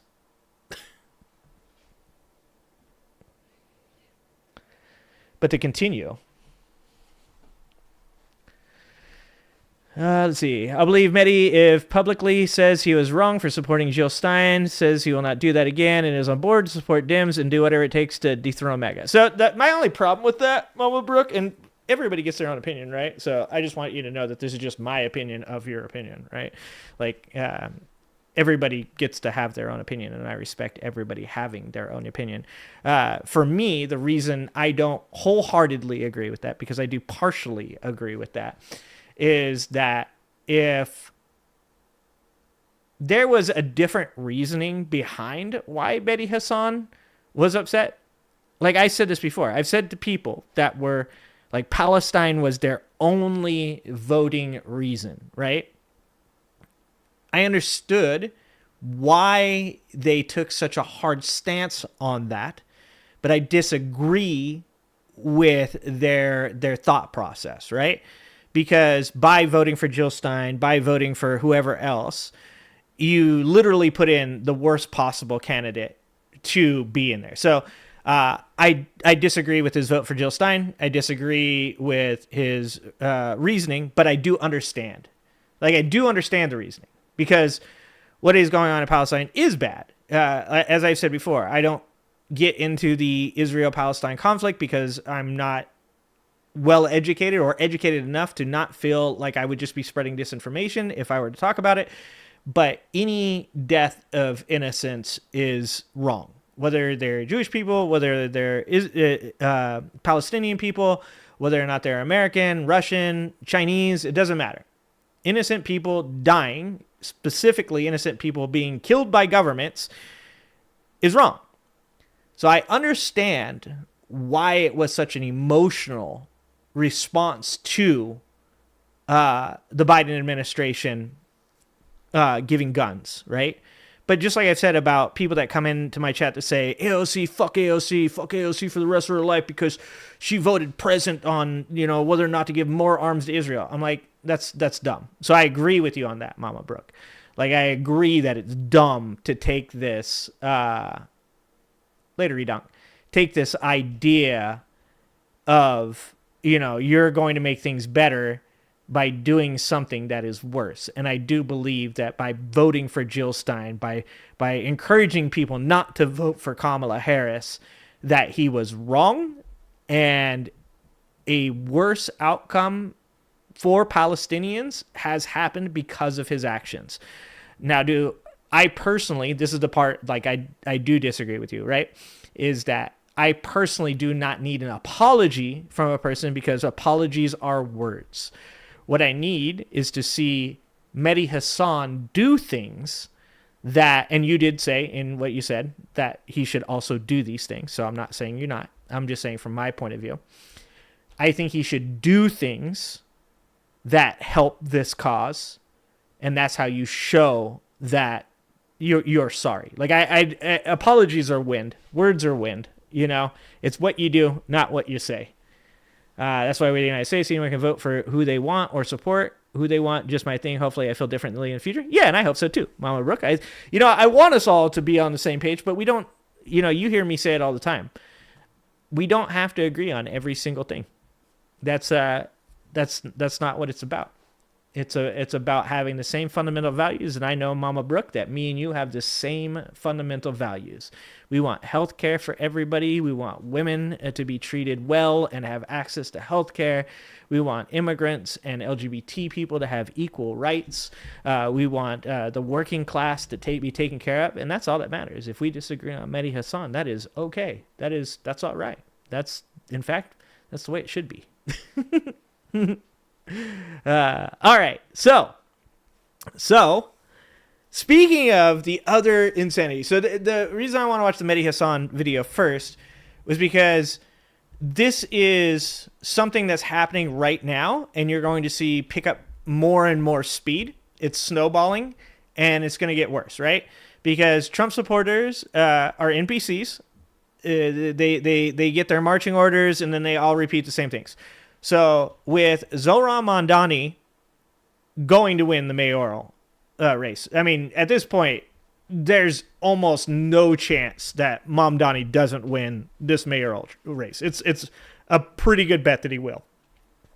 But you're going to see attacks verbally, hopefully. I mean, not hopefully there's none, but hopefully they don't cross lines. But these politicians are going to verbally attack Zohran Mamdani and Muslims. They're going to attack people like Mehdi Hassan for being Muslim. And it's not like they weren't doing that before, but this is going to become more prevalent, in my opinion. And the reason I say that, is because House Republicans want to strip Zohran Mamdani of citizenship, possibly deport NYC mayoral frontrunner over form omissions. So they're going to try and find any reason, right? And by the way, this is a New York Post. This is not some Democrat or left-leaning or liberal newspaper, right? The first immigration case NYC mayoral frontrunner Zohran Mamdani may have to confront if elected could be his own, as two House Republicans push the Justice Department to probe his path to citizenship and possibly boot him from the U.S. Representative Randy Fine last week demanded the feds review every naturalization over the past 30 years, starting with Mamdani. And if you guys don't remember, Randy Fine is a racist piece of human garbage. We've covered Randy Fine before and some of the racist things that he's done. And in fact, he's one of these guys that's not only racist, but he's like, yeah, I am. I don't care. Fuck these people. And he also looks like Peter Griffin, just as a side note. Just throw that out there. So this isn't like, somebody saying, hey, there's some inconsistencies. It's not even somebody like an old school political tactic where you're like, gotcha, you messed up on this. This is just pure out racism. It's just racism. I just think we need to take a hard look at how these folks became citizens, and if there's any fraud or any violation of the rules, we need to denaturalize and deport, Fine told the Post. He also called for a probe of anti-Israel squad member Rep. Ilhan Omar, who was born in Somalia and is one of the first two women Muslims to serve in Congress. Once again, like I said, what is the central factor to people like Matt Walsh hating Mehdi Hassan? What is the central factor to Zohran Mamdani and Ilhan Omar supposedly being investigated by Congress, by Randy Fine? It's that they're Muslim. And this is what they do. It's barbarians at the gate. Republicans have always used fear, anger, hate, vitriol. That's the mix that gets it done in their side of the party. They took that to a whole nother level with MAGA. And now you're going to see these things start to ramp up, especially if Mamdani wins. You're going to see anti-Muslim sentiment really ramp up. He said, Mamdani is a threat to the nation. I know that there's a lot of us that are very, very concerned about the enemy within, people who have come to this country to become citizens to destroy it. And of course, very important there is that you recognize the language he uses. The enemy within is the exact same thing that Donald Trump said during his speech to the generals just recently. Donald Trump says things. The people underneath him that are sycophants, that are loyalists, that are shitty human beings, take those things and then they use them because actually the majority of the people that are taking the things that Donald Trump is saying are actually better at doing it than even Donald Trump is. Because Donald Trump kind of says things and he moves on. He's just an asshole 24/7, but about different things throughout the day. Most of these guys are going to take these individual things and then they are going to use them against people. In fact, you're probably going to hear a lot of anti-Palestinian sentiment from the right moving forward when it comes to Zohran Mamdani because, of course, they accused him of, saying all these things that are anti-Semitic. He dismissed logistical concerns about yanking the citizenship of naturalized Americans after they got elected to top jobs. If they're not Americans, they can't be in office, he said. Since June, his colleague, Rep. Andy Ogles, has pushed for a Justice Department probe of Mamdani, saying the socialist who is leading NYC mayoral polls lied on his sworn statement when he became a naturalized citizen in 2018. Ogles issued a call to deport Mamdani and branded him anti-Semitic, socialist, communist, who will destroy the great city of New York.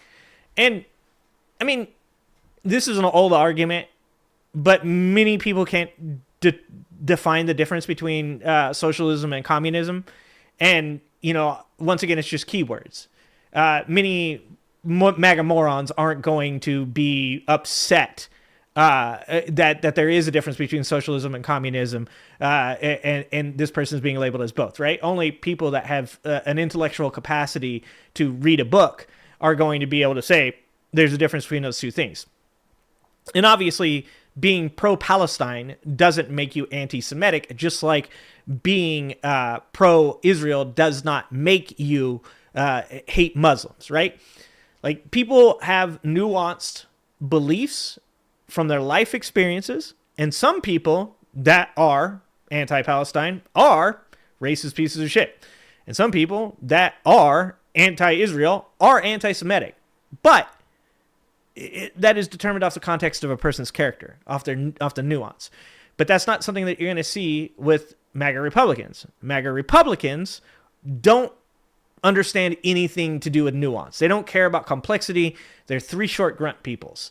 So if it's deport him now, that's all they're going to say over and over again. Deport him now. Deport Mom Donnie. That's enough. Like, it's three short grunts, right? Then you can explain until you're blue in the face that he's neither anti-Semitic nor is he a communist. But yes, he is a democratic socialist. By the way, a lot of these people use the term Orwellian when talking about things that the left did when it came to language, which 1984 is right behind me. By the way, George Orwell was a democratic socialist. George Orwell, the man who wrote 1984, was a democratic socialist, which is the exact same party that Zohran Mamdani is a part of.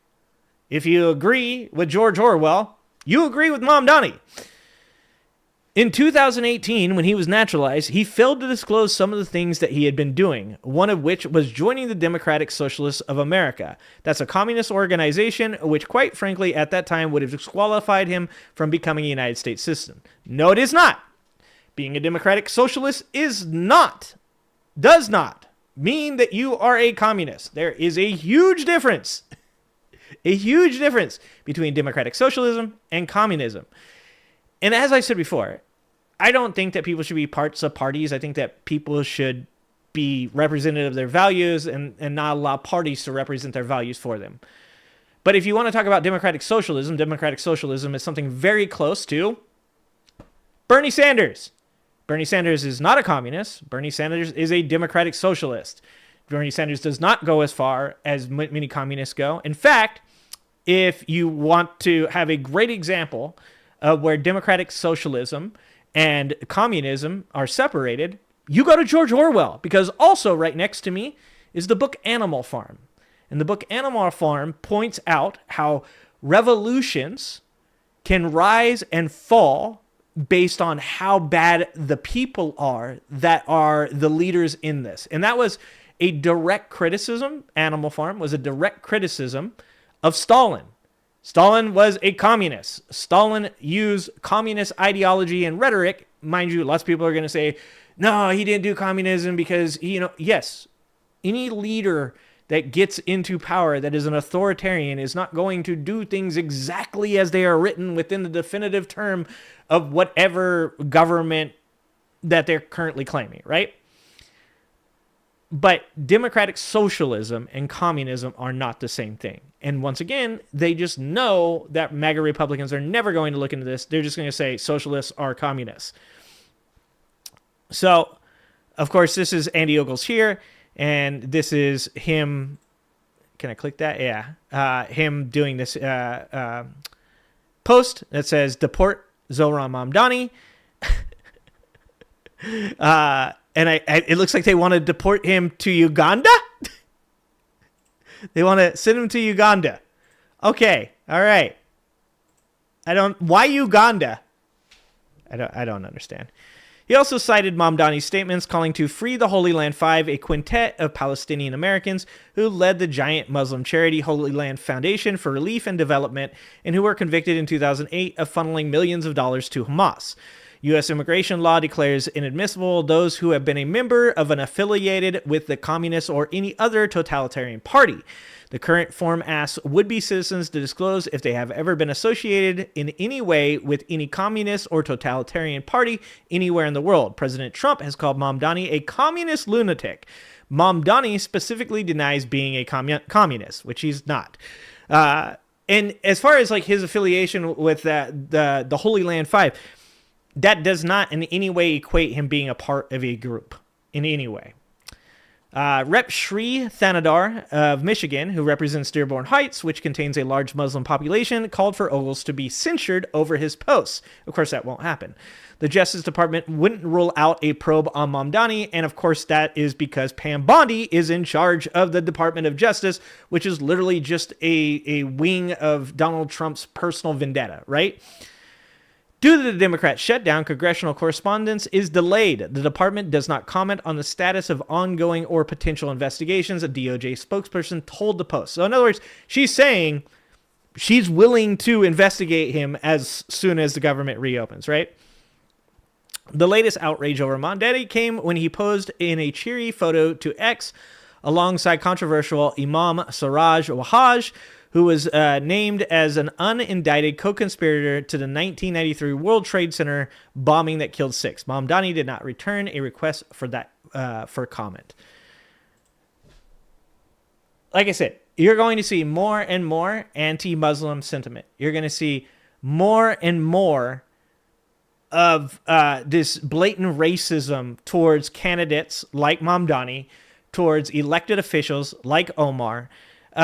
I don't have to agree with everything Ilhan Omar says. I don't have to agree with everything Mamdani represents to say racism is bad. Using fear, anger, and hate towards people because of their culture or ethnicity or their gender or sexuality, whatever, is wrong. It's all wrong. In the fact that there are so many people in our society right now that are so easily manipulated, so aggressively gullible when it comes to this, that all you have to do is say Muslim bad and then link him to terrorists or terrorist organizations or say communists, and you have people that are willing to just forget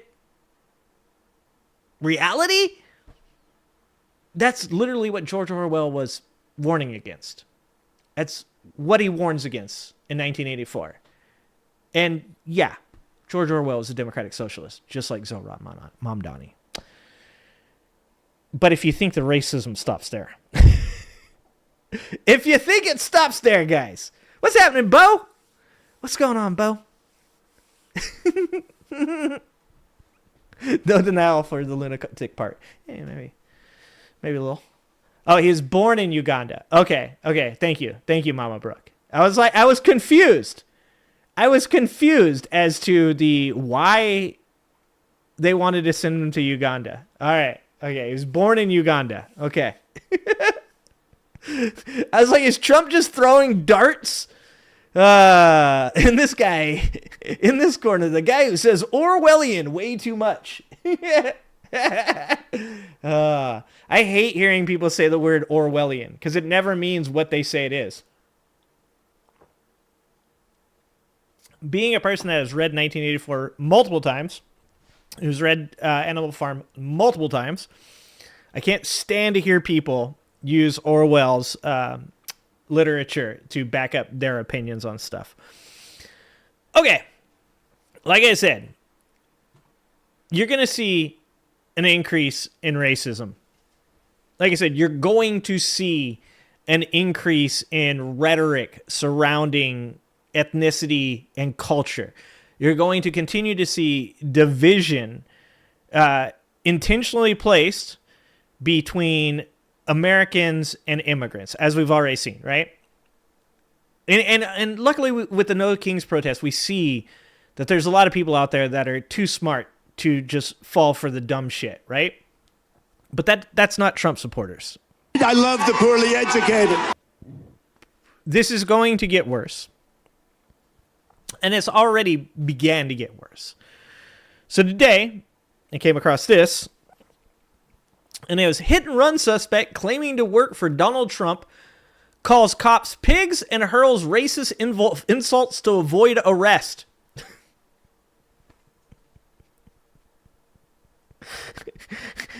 That's a bold strategy, Cotton. See how it works out for him. Do you guys remember the other day we covered the ICE agent, right? We covered the ICE agent that did the same thing, right? Like, he started talking shit to the police officers that had pulled him over, said he worked for ICE, and then he looked at one of the black dudes and goes, "Are you Haitian? Are you Haitian?" And when the other guy said that it's fine, that's not important, he's like, "Yeah, actually it is important." Okay, and we also covered just recently, like I said, you're going to see more and more of this stuff.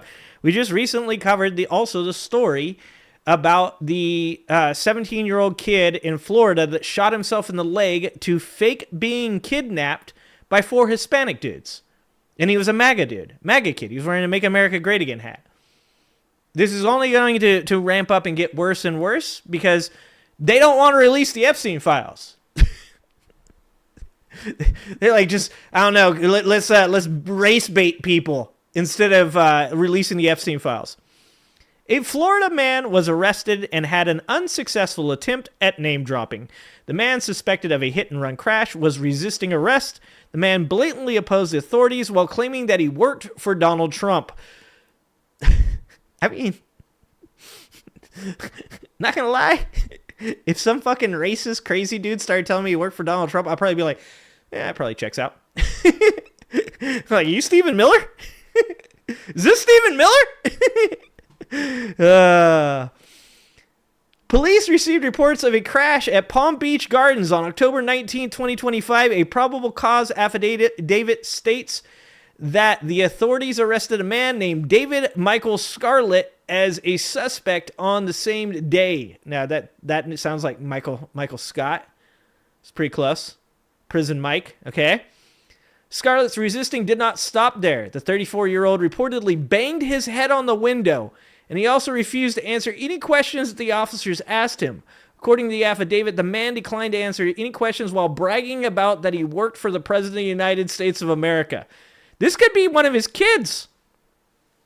Okay? This could be one of his children. This might be Donald Trump's, like, illegitimate fourth son. He kind of looked like him. He looked a little bit like Don Jr. You got that Coke face going on. Oh, tuna salad sandwich. You went Michael Scott too? Dude! Michael Scott! I'm telling you, Prison Mike. He's got a little bit of a Prison Mike look and everything, all right? The Florida resident then threatened to cause the officers physical harm, and he tried to intimidate them. "Take these handcuffs off so I can wipe the floor with you," Scarlett reportedly said. He also warned that if they did not release him, they would end up being unemployed. You can only get away with this if you're white. There's only one way you get away with this, and that is being a white dude. You don't get to, if you're a black man, and you say, you don't even get that first sentence out before you are tased, okay? There's no white privilege, though, guys. There's definitely no white privilege. I like that this article is also using a Facebook group called Only Thugs to show the mugshot. Oh, good times, guys. Good times. The incident unfolded when the officers arrived at Scarlett's residence located on Huckleberry Lane. Before that, the cops received a call reporting a hit-and-run case involving a car that belonged to the 34-year-old. Wow, that guy's only 34. Whole. He don't look 34. The officers instantly noticed the odor of alcohol on the man when they found him. His hands, legs, and knees had clear signs of fresh abrasions. Oh, so he does work for Donald Trump. Okay. When the authorities started interrogating him, the man suddenly turned aggressive. He abused a cop and hurled the N-word while asking him to get off his property. Oh, no. He went full get off my lawn with the N-word. According to North Palm Beach Police Department, Scarlett was also smoking a cigarette at the time of the interaction. The official document details how the man used the same cigarette to threaten the officers. He allegedly held the lit cigarette up inches apart from an officer's face. This made the cop put some space between him and Scarlett, who was getting increasingly aggressive. The 34-year-old then threatened to beat the officer and his family. while resisting arrest. He called the officers pigs as he was being handcuffed. The man was taken into custody under the charges of resisting arrest without violence and assault on a law enforcement officer. Once he was put in a cell, Scarlett demanded that the officers call their supervisor. He then went on to spew more racial slurs at a sergeant and then tried to spit at them from inside the cell. The man was taken to the Palm Beach County Jail and charged with multiple counts of resisting without violence, attempted battery on a law enforcement officer, and corruption by threat. Dude, Trump supporters, what would we do without them, though? Guys? Like I've said this before. I know you guys are gonna roast me for this one. But I think I'm gonna miss them. Like, they are a special breed of stupid. You guys gotta admit that, right? Like, Trump supporters are a special breed of stupid. Like, this is not stupid that can be created in a lab. Okay? This is nature versus nurture, baby. All right? I'm gonna miss some of this. When Donald Trump eats his last cheeseburger, guys, and the cult drinks the Kool-Aid, there's going to be a small part of me that's going to be sad. All right? Mitchell Carey, the secretary of whooping your ass. All right. So, now we move on to MAGA regret. All right? We're covering the whole spectrum. Wait, actually, okay. Before we go to MAGA regret, let's do some more racism. Let's.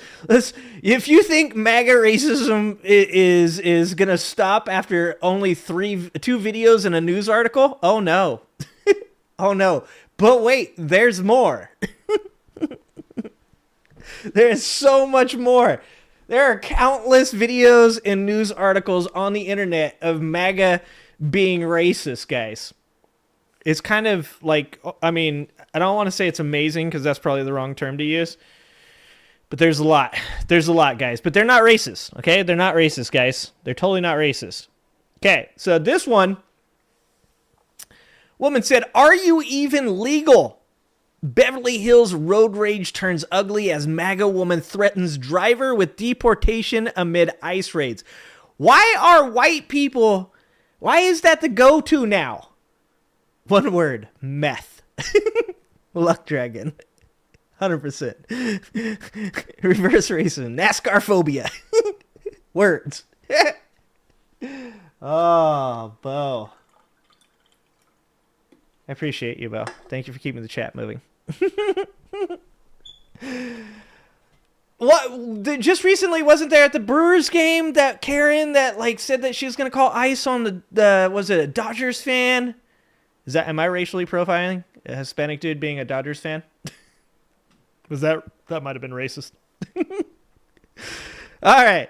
The ongoing issue with the Trump administration and their mass deportation raids is where ICE agents have taken the lead and carried out several deportations and detentions in a ruthless way. For instance, during a heated road rage confrontation in the upscale The Hills neighborhood north of Sunset Boulevard, a woman shouted racial slurs and threatened a driver with deportation. "Are you even legal?" she yelled. "Haha, what are you gonna do? I'm gonna get you deported." Okay, guys, we went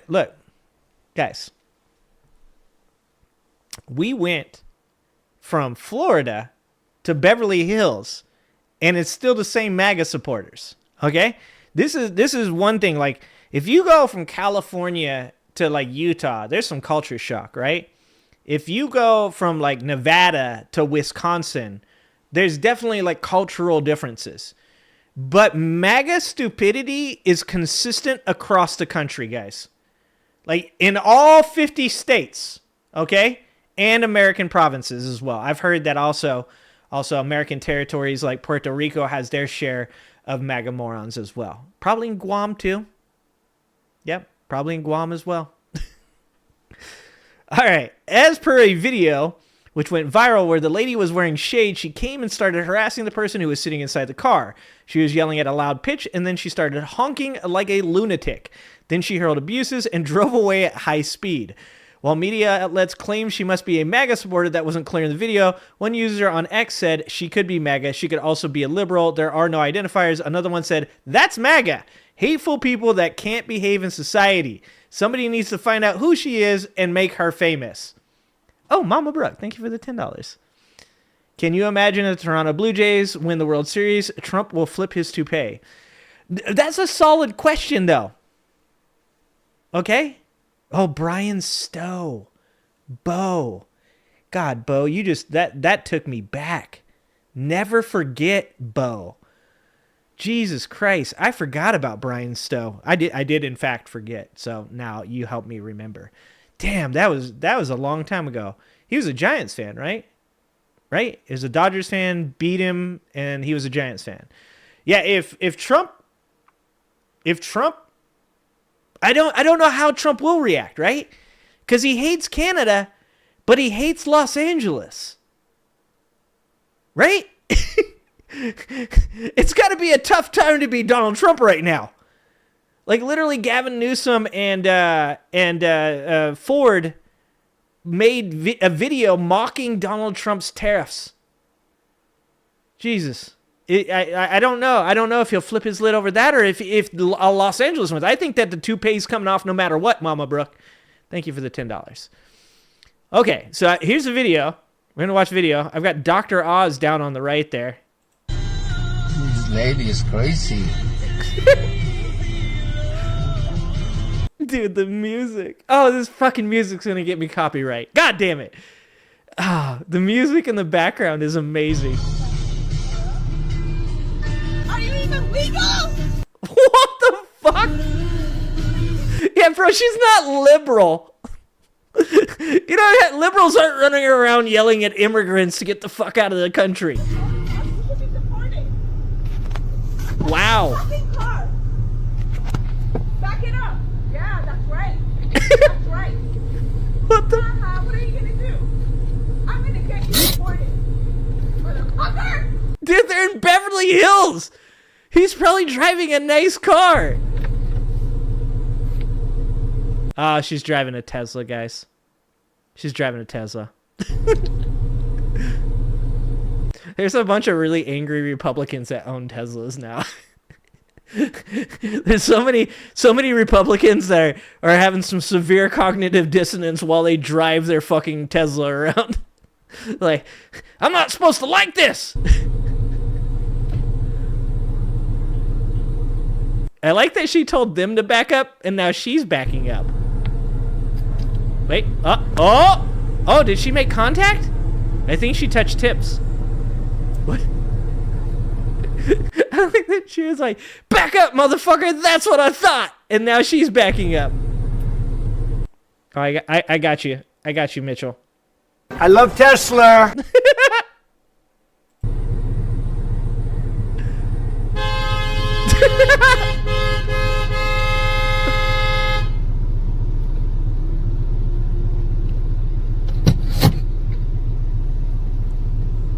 What the fuck? Dude, she's not very good at backing up.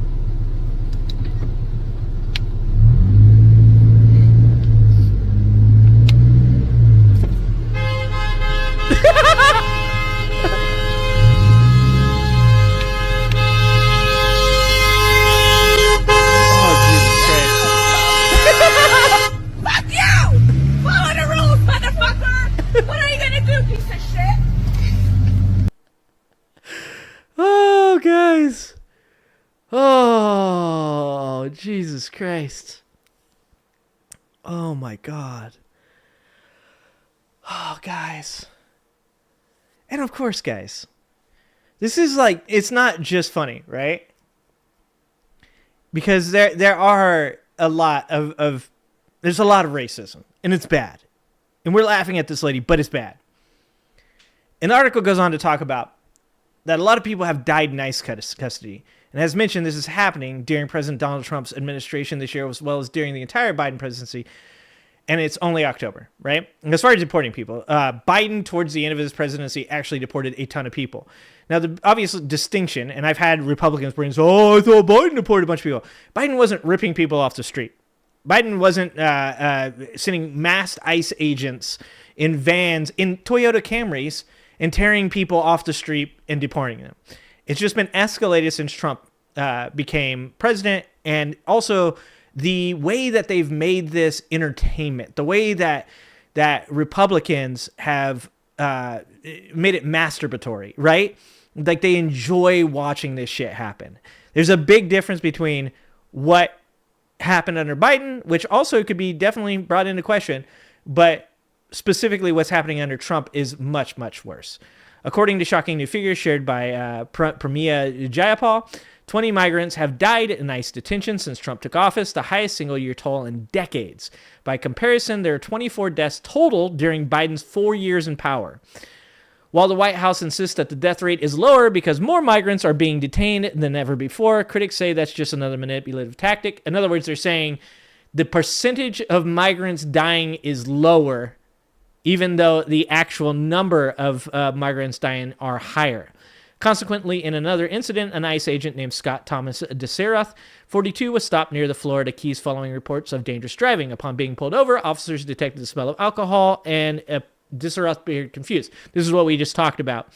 This is the guy who had his kids in the car and claimed he was an ICE agent, and then racistly asked if the black dude was a Haitian, which had no bearing on whether or not he was drunk at the time, because he was definitely drunk, and whether or not the cop was Haitian or not did not matter. So it goes on to talk about the No King stuff. But, like, if you think this is the end, this is just the beginning. This is just the beginning of how crazy all of this racist shit is about to get. It's going to...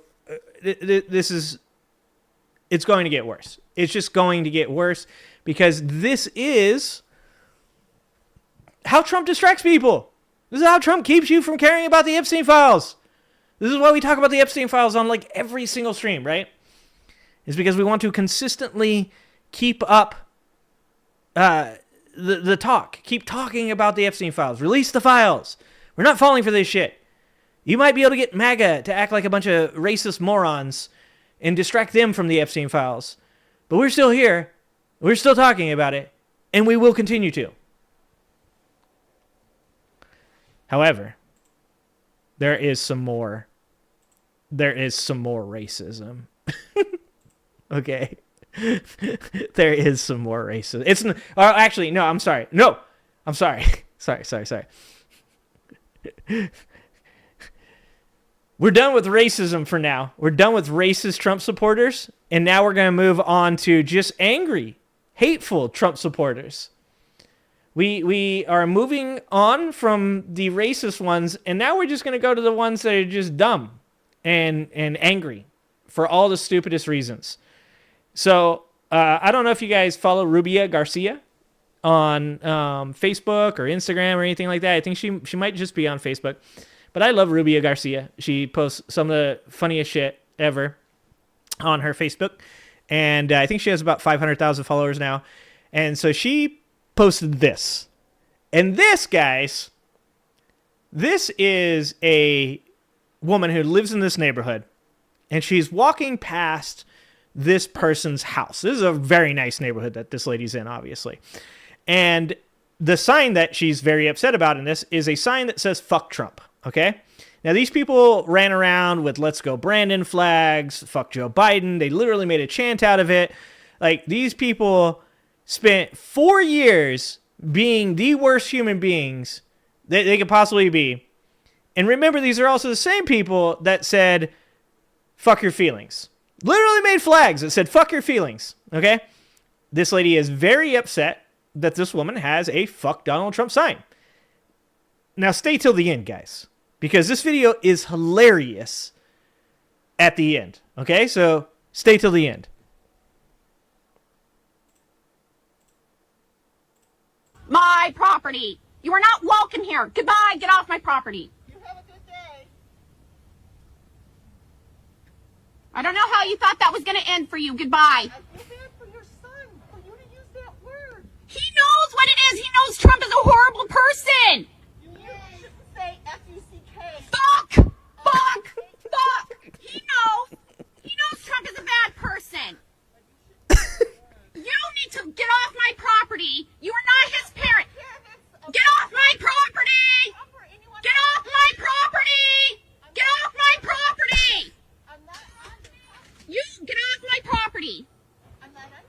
I'm not on your You property. need to go.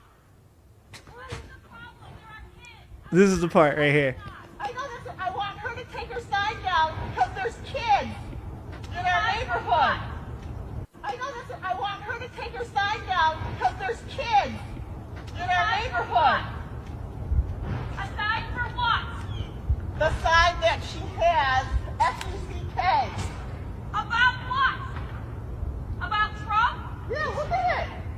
Yeah, well, fuck Trump. Thank you. Thank you. Thank you. Go. No one asked you to come here. Goodbye. I don't know how you thought it was going to work. Thank you. Thank you. It's not happening. Goodbye. Again, I don't know how you thought this was going to work. Continue walking. Put a mask on.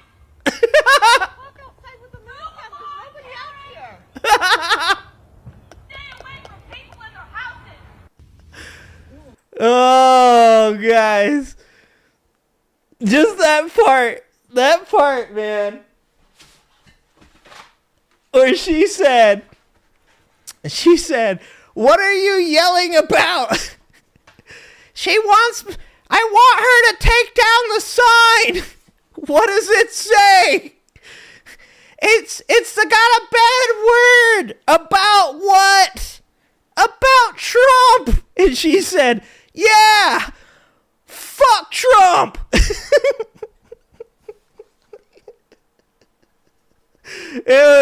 They came together, dude.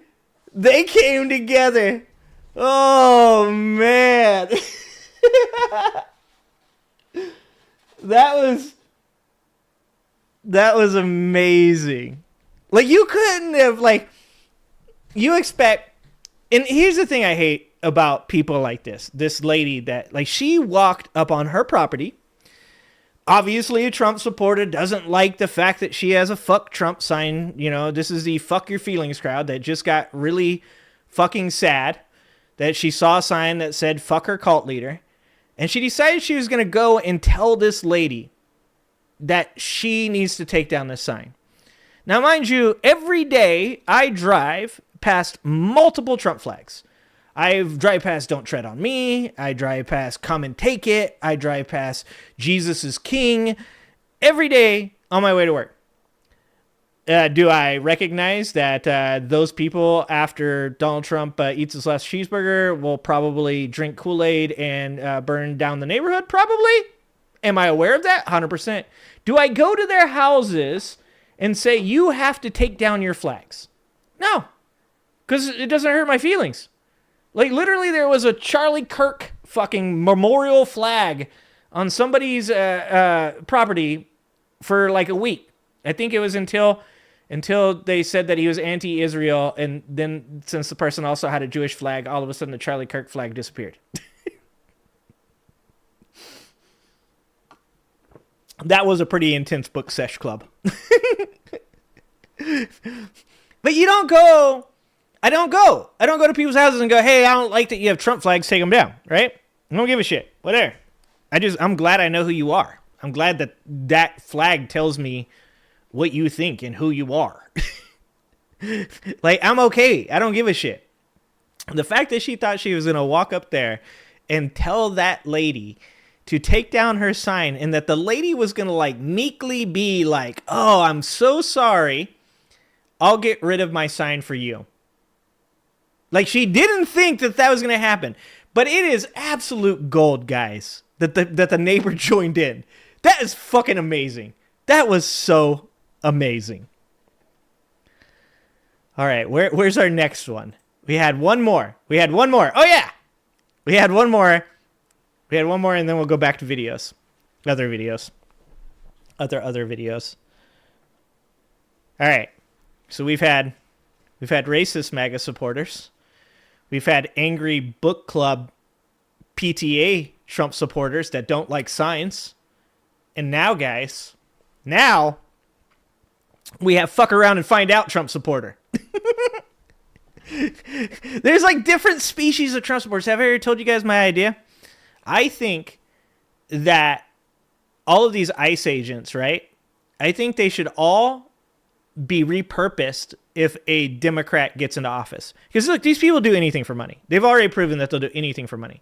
There's a bunch of dudes that peaked in high school that now got offered their 50 grand to come out there. They're all too fat to chase anybody down. But the one person that they can chase down, guys, look, they can't catch immigrants. They can't catch the sandwich guy, the guy who threw the sandwich and hit the dude in the chest with the sandwich. That seemed like that was ages ago.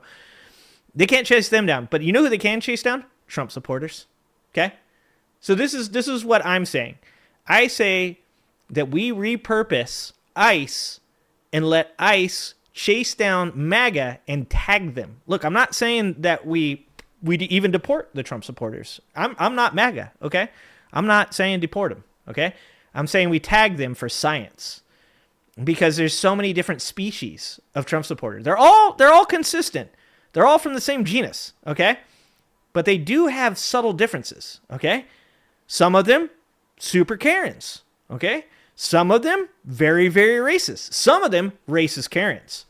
And then some of them are fuck around and find out MAGA supporters. And these are the ones, the farmers, the Latinos, the ones that were like, I just saw one today, it was two lesbian ladies that were like, we just got married and we're also voting for Trump. Whoa. And I was like, that's a bad idea. Y'all ain't gonna be married for long because he's gonna get that shit overturned. Okay? Yeah, for science. Exactly. For science.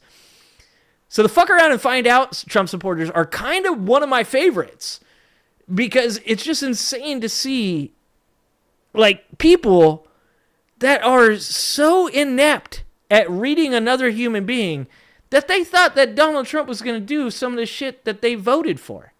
Yeah, the David Attenborough voice. That's what I'm saying, Bo.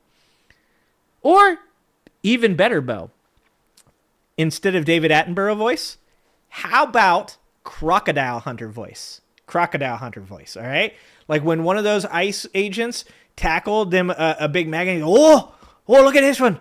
Oh, I got a big one. Oh, look at this guy. I'm going to shove my thumb in his butt. I think I'm making him sound Scottish. It's been a long time since I've heard the Crocodile Hunter. I'm going to have to watch some Crocodile Hunter videos. I'm just saying, like, Crocodile Hunter might actually be a little bit better, okay? So, this lady, guys,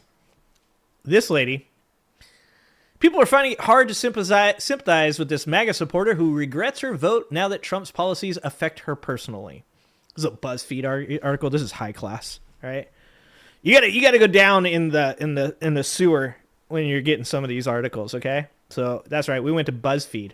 Didn't Benny Johnson get fired from BuzzFeed? That's got to be pretty sad. Another day, another regretful Trump voter. On today's episode of Leopards Ate My Face, we've got a senior MAGA supporter who's suddenly worried about Donald Trump's policies now that they affect her personally.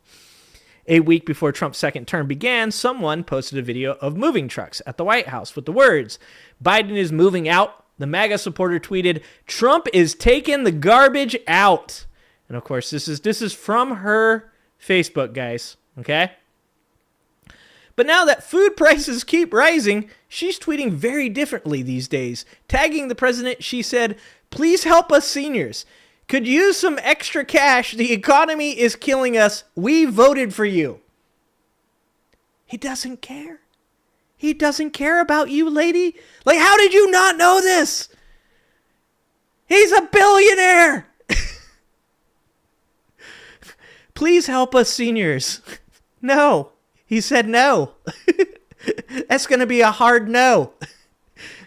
Hard no. In another tweet, she wrote, "Hey, Pres Trump, when you going to lower grocery prices for us? Us seniors can barely eat. Do something. Forget about Epstein. He's dead. Help us who's alive. Please. We voted for you." The more I read her tweet, the more country my accent gets. She's literally like, fuck the Epstein files. We dying over here. And also, just so she knows, Donald Trump is also like, fuck the Epstein files and y'all are dying over there. Don't worry, guys. He just gave $40 billion to Argentina. He's going to give $40 billion to Argentina. He's going to lower the price of beef from $20 a steak to $19.50. He's building ballrooms. There's so much more to do than to fucking help the old people. Oh, dude. Oh, 5-1 Dodgers right now. It's a bad night in Canada. It's a bad night in Canada. And in yet another tweet, she said, President Trump, I voted for you. Are you aware we are struggling? I'm a senior from Michigan and cannot afford food. The tariffs have raised dollar store prices now. Probably some gouging. Please help us. I'm going to think twice next election. See, this woman thinks that Donald Trump's running in 2028. Steve Bannon told you Donald Trump is running in 2028, and this lady's like, he's running in 2028. The tariffs have raised dollar store prices. Man, where do you think the stuff in the dollar store came from? This is why I'm saying, like, what the fuck, guys? What did you think was going to happen when the president said he was going to tariff China and the place that you buy your grocery stores gets all of his shit from China? Like, this isn't complex. This isn't complicated. This isn't some kind of like crazy, like, you should have seen this coming, but I'm telling you that because I've read fucking Plato and Aristotle. Like, you know, I'm not out here fucking using the allegory of the cave to explain how information and, you know, bringing it back and giving it to people and what your responsibility is with that and how misinformation can, like, destroy America. No, this is literally, he said he was going to tariff China. He hates China. All right? And then he did it, and you're like, why did this happen? Why? Oh, wait. You said Visora does a good crocodile hunter? Guys, I got to hear that. Next time I'm on stream with Visora, I'm going to make her do the crocodile hunter. I want to hear it. I need to hear it. Maybe she can do the voiceover for me. Crikey. And here's what people are saying in her comments. I'm going to think twice next election. Girl, we'd all be thrilled if you think even once about anything. Ah. It's always so funny watching them beg him and act like they know him personally. And that's true. They do. They believe that Trump sees their shit. This is how old people operate, man. They're like, I'm on the Facebooks and so is Trump. He sees what I'm saying. Look, there's that sad-ass story about that old man that gave something like, I think like $35,000 or $50,000 to Trump because he thought Trump was text messaging him personally. Because when you donate to somebody's campaign, they send you text messages. And of course, Trump's text messages are like, hi, President Trump again. We really need your help. Could you donate another $1,000? And the dude was like, damn, he needs me. Bro, struggling out there. Those grocery prices even got Donald Trump down. Man. Wish somebody could do something about that. Like, they think that he literally talks to them on their Facebooks. This person said, forget about Epstein. Trump and the whole GOP would like nothing better than for the populace to forget. Release the Epstein files. This person said, you know who pledged to address grocery prices and gouging? That lady you didn't vote for. So you sold the next generation's future for some cheap plastic trinkets and cheaper groceries, and you got neither. Fool. Yeah, remember when Kamala talked about stopping price gouging? The very thing you mentioned in your fucking Facebook post? Remember when she said that and you guys are like, I think she's a communist. You know what's funny about that? Is not only did Republicans say, I think that she's a communist, fucking moronic ass liberals as well said that Kamala Harris was a communist. For price controls are communism. Like, there's times that I look at people that are in the same general political spectrum as me, and I look at them and I also go, you are also the problem. You are also the fucking problem. I think it's like Stephen A. Smith. Not that he's a liberal. He's like a center-left guy. But there's tons of fucking people, CNN and shit, they're like, well, price controls are actually communism. It's like, bitch, she didn't say price controls. She literally said, I'm going to put a ban on price gouging during crises, which is already on the state level in like 23 states.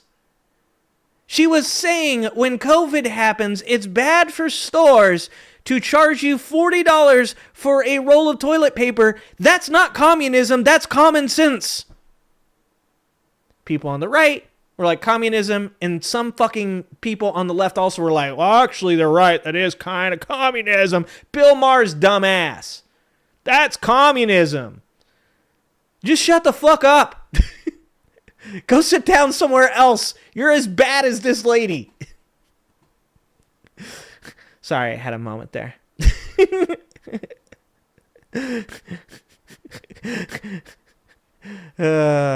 If you ask someone which party is the most likely to have a policy proposal intended to ensure seniors and vets have enough food to eat, and they answer Republican, you are dealing with a seriously uninformed person. Voting for Republicans and expecting assistance is a bit like drinking hot sauce because you have heartburn. That's like right now, like there's no SNAP benefits, right? No fucking SNAP benefits for all these people. Who benefits the most from SNAP? 45% of all people on SNAP are Republicans. They're not the sharpest tools in the shed, guys. I love the poorly educated. Somebody else said, the love, the whole, are you aware? Yeah, and he doesn't care. Wild how they thought a guy who has gold-plated walls would give a crap about people who make minimum wage. Oh, dude. Price gouging aside, why would a dollar store, which likely gets 80% or more of their stock from China, not raise their prices due to Trump's tariffs? These people are dumber than rocks.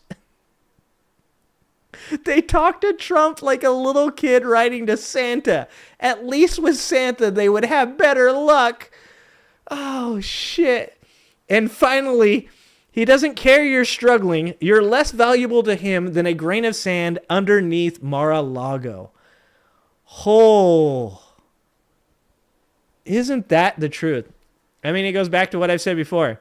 All these people think that Donald Trump cares about them. All of these people think that Donald Trump, like, knows who they are. They're like, on one of my videos the other day, somebody said, there's videos, you say Trump's like not a nice guy that doesn't care about the people that support him. But there's all kinds of videos of him being nice to people and shaking hands, and that proves you wrong. And see, there's a part of me that wants to argue logically with these people and like actually like have like a real conversation. But the number of times I've tried to engage in an honest conversation with these people and then walked away going, that was stupid. Yep, I shouldn't have done that. Do not roll around in the fucking dirt with the pigs. It's stupid. Because they're just morons. They never concede a point. Like, I can literally be like, okay, good point. Actually, you're right. There's lots of videos of him having conversations with people and looking friendly and shaking hands and kissing babies, right? You are correct. Those do exist. Now, the problem with that, of course, is that you would think that that's exactly what a person that is a con man would want to do. They wouldn't say directly to your face, you're a fucking idiot, even though Donald Trump literally has actually said you're not smart. Even with that, yes, yeah, he shakes hands and kisses babies because you guys are like, he's a nice person. Look at that. You guys say he's mean. He's not mean. I've seen videos. I've got like 2 or 3 videos of him like being real nice to people, and that means that he's a nice person. I'm like, do you understand what a person that's hustling you does when they are hustling you? Jesus Christ. These people, they're just not the smartest people. I love the poorly educated. And, I mean, when you have things like this. And then I said, supposing you brought the light inside the body, which you can do, either through the skin or in some other way. Or this. In Springfield, they're eating the dogs, the people that came in. They're eating the cats. They're eating the pets. He said that shit on TV in a debate. That's Kamala Harris laughing at his ass. And these people are like, I can't believe he did this.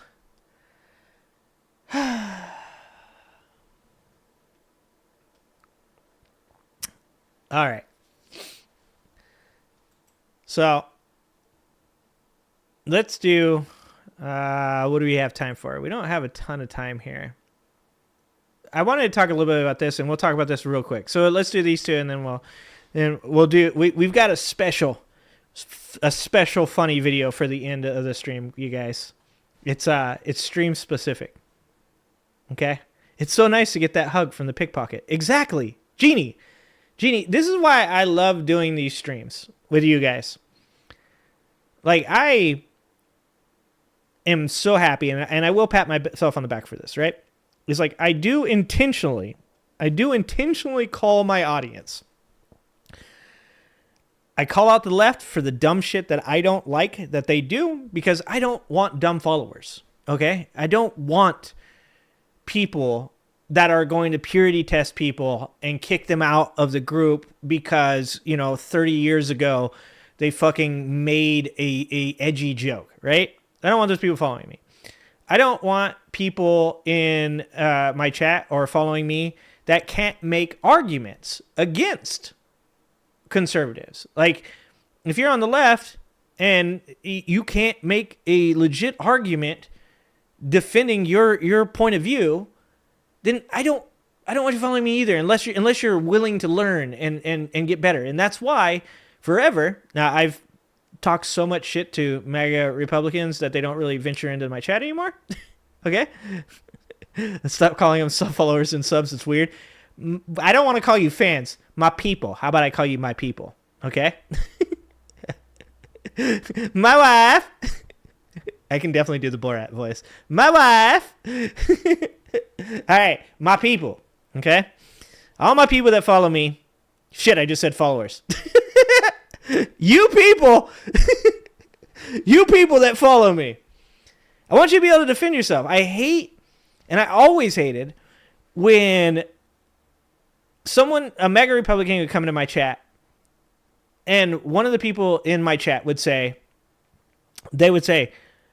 Ginger, tell him why he's wrong. And I'm like, you tell him why he's wrong, motherfucker. What do you mean? I can tell him why he's wrong. You should be able to too. Ginger, tell him how he's wrong. Like, you bringing down the whole party. You got to step up your game. It is one thing to say, I didn't start the argument. This guy came in and said these things, and you've said before that they're wrong because of the things that you believe. So please explain, right? No, it was always somebody on the left, that somebody in the right would come in and say something stupid, and they'd say, you're incorrect. And then the guy on the right would say, yeah, you're dumb. And then they'd be like, I'm not dumb. You're incorrect, and you don't have the information correct or whatever. And they'd be like, yeah? What information? First of all, like I've told people before, I'm like, those motherfuckers are trolling you. They're not going to have a conversation with you. They're not going to debate you. This is like, you don't actually win anything for winning debates on the internet. Okay? There's no prize. You don't get a cookie. But if you're going to engage with those people, then you have to be able to defend your fucking argument, right? So if you're going to argue with these dipshits, don't ask me to help them or help you do it. And that's why I love you guys. I love you guys because you guys are my distilled version of the type of people that I want to conversate with. That's why I like talking to my chat. That's why I like reading my chat, because somebody like Jeannie points out the perfect example of, oh, that pickpocket guy was really nice. He hugged me. Like, yeah, he stole your wallet too. And that's why I love Jeannie. That's why I love all of you guys, is because you have to be able to have yourself surrounded by people. They don't need to think like you. They don't need to be exactly like you. They should be diverse. They should have different life experiences, but they should have the same idea as to what you're trying to accomplish. And I'm not trying to accomplish creating a cult. I'm not trying to accomplish bringing together a bunch of people that can make the exact same argument as I do. I'm trying to bring together a group of people that all have their own opinions, that they all have the same facts, or the facts are distinguishable in the way that you can find them and prove that they're true. They are actual facts, not alternative facts. But I want to have people that teach me shit. Like, I love seeing you guys say something that I'm like, I didn't know that. Because I've told you guys before, my whole experience on this channel has been a learning experience. I joined this channel to make fun of how stupid MAGA insanity was. Because, like I said earlier, I thought it was like a much smaller problem. I thought, like, we're going to just get together and laugh at this shit, and then this shit's going to go away. I even at one point or another stupidly thought to myself, what am I going to do if I get enough subscribers to keep it rolling? Because all I'm doing is sitting up here making fun of MAGA. I started doing music reaction videos. I started doing comedy reaction videos. I made comedy videos. You guys don't want to see those, but I did make a video about fighting The Rock, okay? I stupidly thought that the MAGA mentality would not spread and become worse. And it did. And now the way that we fight against this is by not having a bunch of people that just regurgitate the shit I say, but that help me learn to get better and better and better and more educated on the subjects. And also still mocking the shit out of these people. You know what I'm saying? We don't need bots. We do not underestimate chat. You're damn right, Bo. This chat is the best chat on fucking YouTube. It is quality, not quantity. So real quick. So I wanted to go over a little bit of the tariff issue. I wanted to go over a little bit to do with the tariff insanity involving Trump in Canada, right? Because this is the kind of stupidity that MAGA puts out there that, like, it doesn't fly under the radar because a lot of left-wing people point out how dumb it is.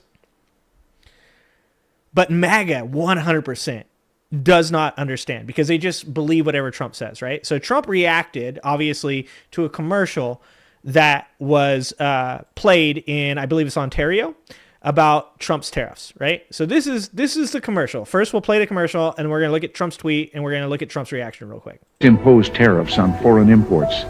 It looks like they're doing the patriotic thing. By the way, this is Ronald Reagan. This is a talk that he gave as part of a longer video, and they clipped this. And Trump, of course, is claiming that this is fake. It didn't happen. They made it up. They took it out of context. All of these things. By protecting American products and jobs. And sometimes for a short while it works, but only for a short time. But over the long run, such trade barriers hurt every American worker and consumer. High tariffs inevitably lead to retaliation by foreign countries and the triggering of fierce trade wars. Then the worst happens. Markets shrink and collapse, businesses and industries shut down, and millions of people lose their jobs.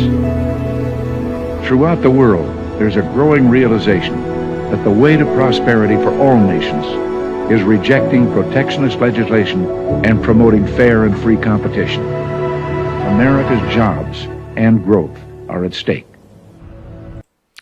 And I hate to say this, because God damn it, Donald Trump has put me in such a weird place that I have to say that what Ronald Reagan said during this was actually based. Okay? It was based because short-term tariffs do work. Short-term focused tariffs that have a goal do work. This is the same argument I have with Trump lickins all the time when they come into my chat and they're like, well, you don't think tariffs work? Tariffs do work, bro. No, tariffs work. They don't work in the way that Donald Trump is using them. It's stupid. And even the people that support Trump, Stephen Moran, Scott Bessent, all of them saw Trump using tariffs as a bully pulpit, as a way to push people into better trade deals, right? Hasn't happened.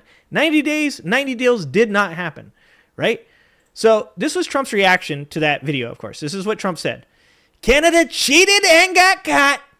They fraudulently took a big buy ad saying that Ronald Reagan did not like tariffs when actually he loved tariffs for our country and its national security.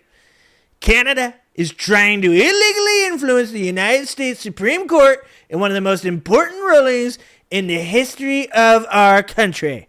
Canada has long cheated on tariffs, charging our farmers as much as 400%. Now they and other countries can't take advantage of us, of the U.S. any longer. Thank you to Ronald Reagan Foundation for exposing this fraud and make America great again. Okay, so that's how he responded. First of all, someone's going to need to fact check that 400%. Guarantee that shit's wrong, okay? Second, the Ronald Reagan Foundation dislikes Donald Trump so much that he did not get invited to the debate at the Ronald Reagan Library. He said, I chose not to go to that. I said, let them debate it out. Let them debate it out. I said, no, I'm not going to be there. It's not going to be me, okay? But actually, he did not get invited to that debate. The Ronald Reagan Foundation does not like Donald Trump. They feel like he is a fucking pox on America, just like everybody else does. So then, this is Donald Trump here on his way to Malaysia to probably sell us to fucking Russia. Okay, he's probably going to make a stop off at Putin with his orange-ass clown face. Who puts on this man's makeup? I think it's his granddaughter. It's the orangest I've seen him in a while. That's pretty orange. Maybe it's the nighttime. That is so orange. Anyways, this is his response to a person asking him about the ad and what he thinks about the ad. It's a crooked ad. I heard he's airing it. Canada, that's why I pulled everything. With Canada, they did a crooked ad. They knew it was Ronald Reagan loved tariffs.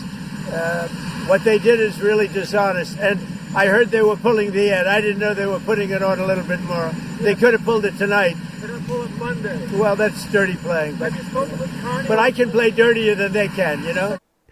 And he's not wrong there.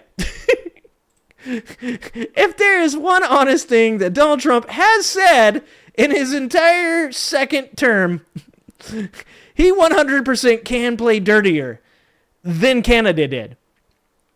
But the idea that this is fake, the idea that this is made up, that Ronald Reagan loved tariffs, the lie to that is in this. This is where that video came from that Ontario used. This is November 26, 1988. In a trip to California, President Reagan's radio address on Canadian elections and free trade from Rancho delCio, Santa Barbara. So this is just after Canada had elected somebody, and Reagan was actually showing props to Canada on their election. 8 years ago.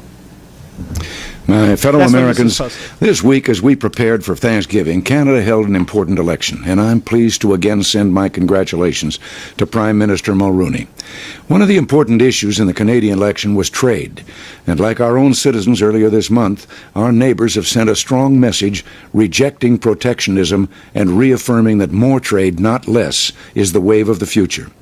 Here in America, as we reflect on the many things we have to be grateful for, we should take a moment to recognize that one of the key factors behind our nation's great prosperity is the open trade policy that allows the American people to freely exchange goods and services with free people around the world. The freedom to trade is not a new issue for America. In 1776, our founding fathers signed the Declaration of Independence, charging the British with a number of offenses, among them, and I quote, cutting off our trade with all parts of the world, end quote.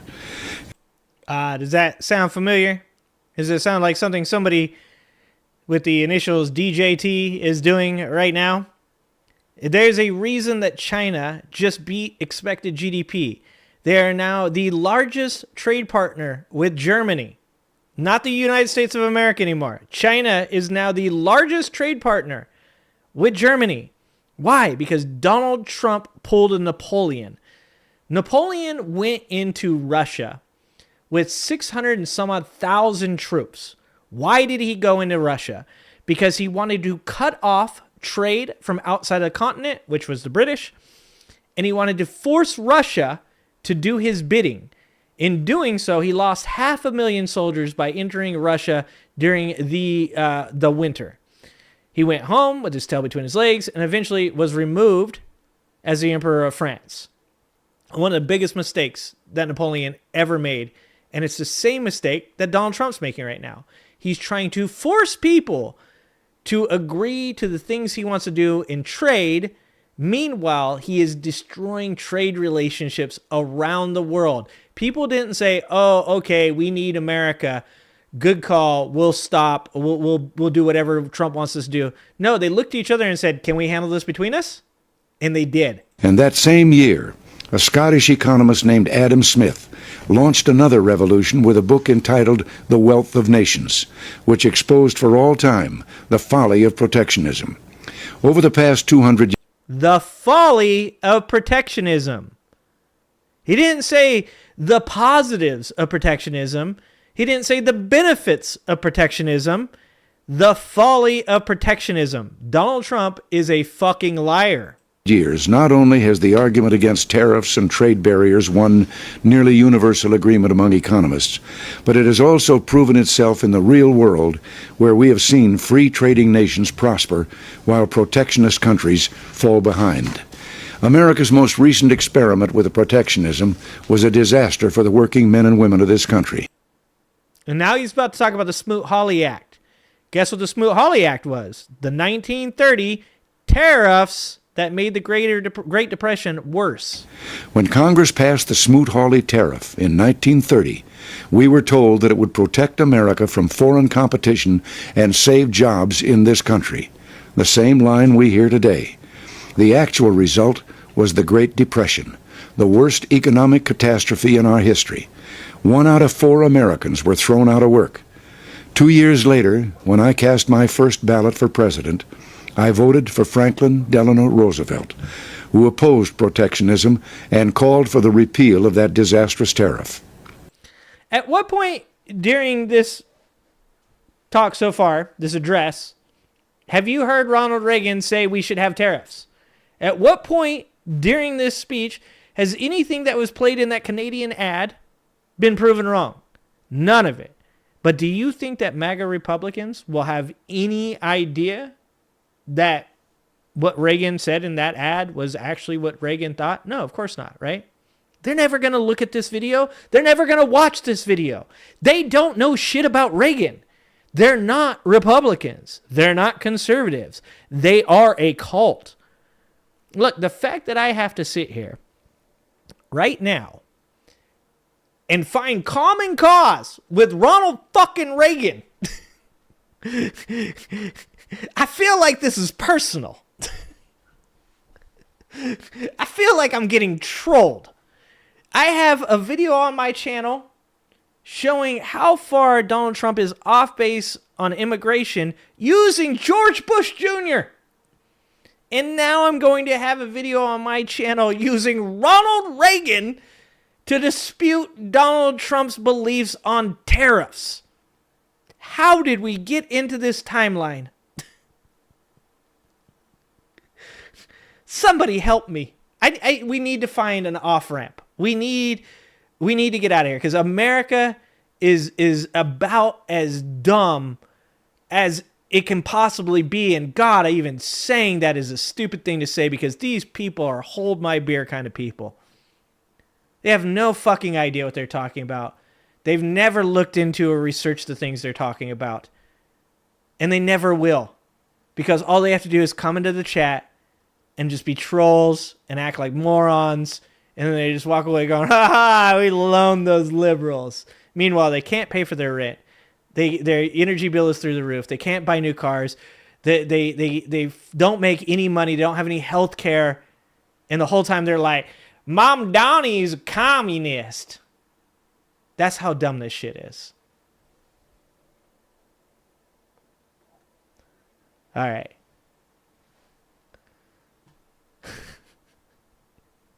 God. It's just so dumb. We have one more video. We have the fun video. Okay, guys? Because we now finish our streams. I'm out of vodka.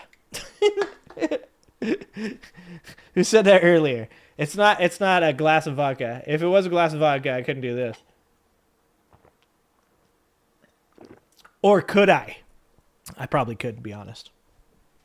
I'd then vomit a little bit.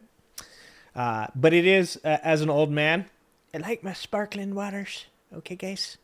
I do enjoy... Oh, was that you, Bo? I don't like vodka. I don't like white liquor. I'm racist against white liquor. I'm racist against white liquor. All right? I will drink some silver tequila. But it's silver, guys. It's not white. I swear to God. All right? There's a difference. There's a big difference. Okay. So, I found this. I don't know whether or not this person is going to be okay with me using their video. So there's a potential of me finding a copyright dispute on this. But it's fucking hilarious. And if the person, because sometimes the people that I share their videos actually come on and say thank you and say hello and engage with my audience, and that's super fucking cool. And that's the whole reason I do this, right? I like to show people and get them new channels and stuff that they haven't seen. So hopefully this will go over with the person who made this video and be okay. But with that being said, don't forget to like and subscribe to these people's channels, as they're all super awesome people. And let's do the thing. Let's watch some funny stuff, okay? This, guys, this is a channel. This is the video right here. And this is a channel. And the name of the channel is 22 Minutes. And the name of the video is When the ICE Agent is Canadian. It just felt like this was the way to wrap up this show, guys, okay? Like, we've talked about ICE, we've talked about Canada, and now we have ICE and Canada, and you guys didn't see that coming. You can't tell me that you did, okay? Because if you tell me right now that you thought you saw ICE and Canada being combined in one video, you are a liar, sir. So let's watch this video. 22 minutes. When the ICE agent is Canadian. When this is a video, it's a real video. This guy, it's like Jordan Klepper style. He's on the street talking to people. It's a beautiful day, and I'm here on the Halifax Boardwalk to take care of some foreigners. And that boat's full of them. I'm Trent McClellan, nice agent. Nice agent. Nice. You're gonna need to see your phones. Let's see what's in them. Let's go. Yeah. Let's go. Unlock your phone there for me, please. Looks Thanks, like sir. every other phone. Let's go. Sure. Let's go, sir. Look at that. Oh my God! That's my grandbaby. That's your grandbaby. How Yes. old? Okay, now we're doing a selfie. All right, okay. You want to see my license? Yeah. Dude, you know what I love about this? Is the reason it's so funny is because how much of a polar opposite this guy is to what is going on in this country right now. Like, really, this shouldn't even be available as a topic of conversation, right? Like, we shouldn't even have the ability to mock the absurdity of how violent and aggressive ICE has become inside of the United States. It's crazy. It's absurd. How old? Okay, now we're doing a selfie. All right, okay. You want to see my license? Yeah, sure. Why not? It's probably going to be a fishing license. Carl, stand by. Okay. Yeah, sure, why not? I saw a video earlier today of this guy who was he was a police officer, actually, or he's some type of law enforcement, and he was screaming in the face of these ICE agents that they better get the fuck out of his way because he is trying to go to somewhere to get his gear or whatever, and calling them fucking cowards, calling them weak, and I was like, damn, dude, that's crazy. And these ICE agents are just assholes, right? Like, they're just like, fuck you, man. Like, whatever, dude. Nobody fucking cares. Like, you're a piece of shit. And it's like, wow. Wow. And that's how it should be. Law enforcement should be mocking ICE agents. Can I just see this for a second? Oh, by the way, did you guys know that they are now trying to recruit police officers away from the police to join ICE because the requirements are less and there's less supervision. That's how they're trying to get ICE or police officers to join ICE. They're literally like, yo, like the bar's much lower and also way less supervision. That's the fucking wow. Probably going to be a fishing license, Carl. Stand by. Okay, can I just see this for a second? Who needs this many cards? Sir, you got a Blockbuster card in here? What do you got in here? Go this way. We got the buses here. We got a big day lined up for you. Probably go to Peggy's Cove, maybe a lobster boil. So let's go. Where are you guys visiting from? Atlanta. Virginia. Pennsylvania. Montana. 30 minutes from D.C. What's They're all Americans. D.C. stand for? Washington. This man thinks D.C. stands for what? He might be a Trump supporter. What does D.C. stand for? Washington. From D.C. What's D.C. stand for? Washington. This man thinks D.C. stands for Washington? Yeah, that's a nice backpack, pal. That is really nice. Super nice. Do you have any narcotics on you? Any kind of drugs? Let me see.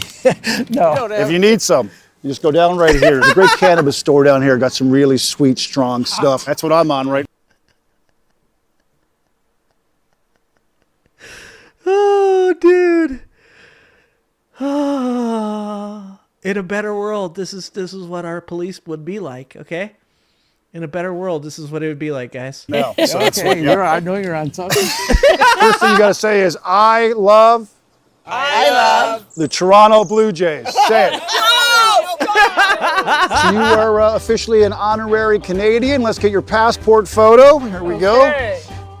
No smiling in the photo. You can't smile in the passport photo. We got you a certified nice American card. I mean, Dude, we actually need those. Like, I need one of those, right? Because I want to be able to travel to other countries and have them not hate me. We need some kind of like identification, some type of badge that says that we're not bad people.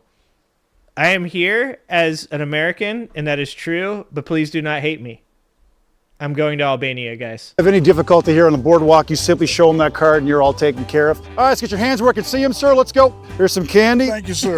There you go, some candy. Candy always... Is that saltwater taffy?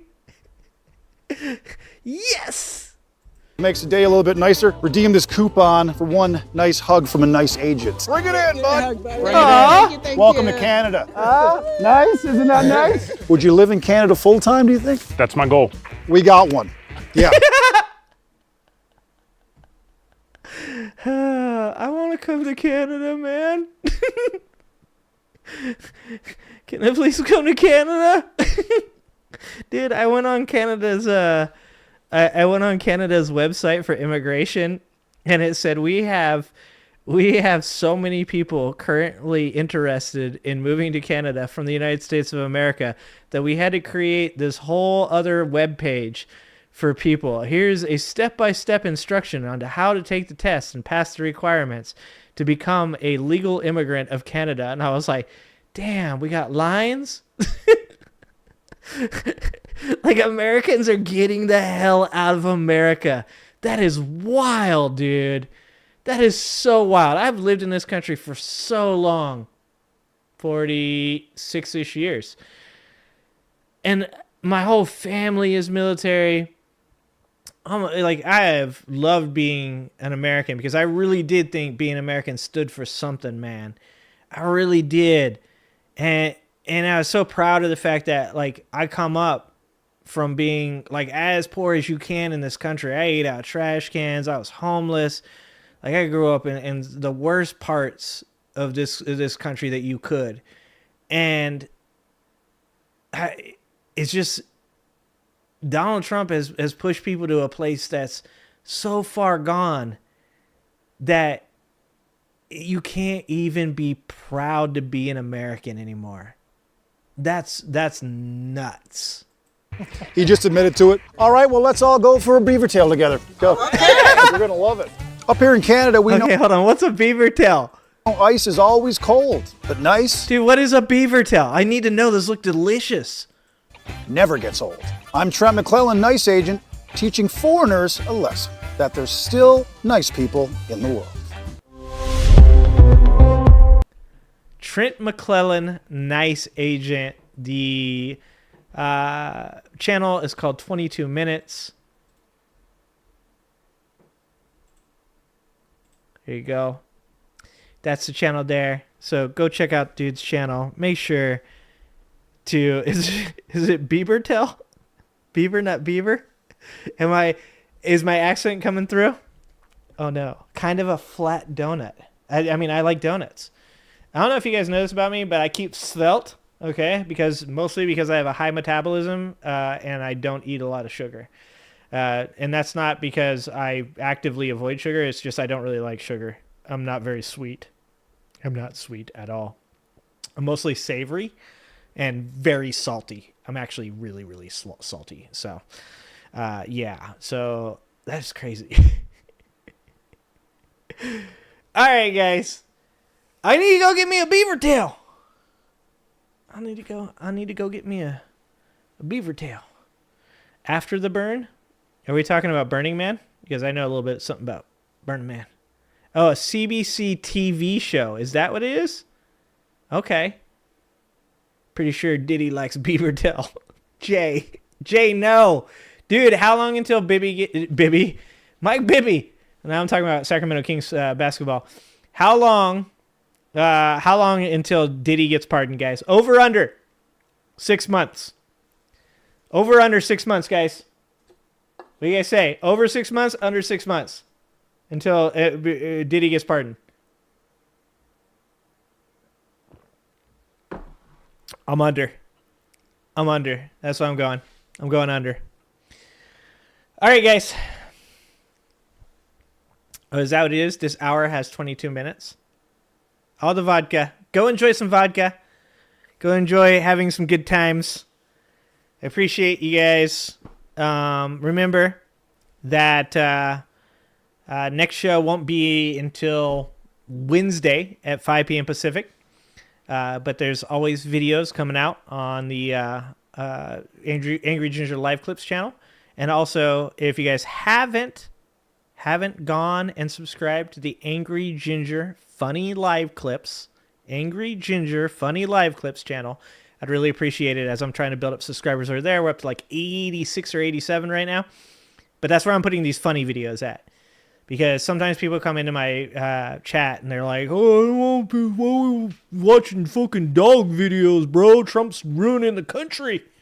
And I'm like, yeah, well, I want to laugh sometimes too, okay? So I created a whole nother channel so that way we can put the funny videos over there so that way we don't have all the pessimists that come in and like hate my channel because I'm not just shitting on Trump all the time, which is like 97% of what I do. Anyways. All right, guys. Make sure you guys go like and subscribe. And don't forget to go like and subscribe to 22 Minutes. And remember, I love you guys.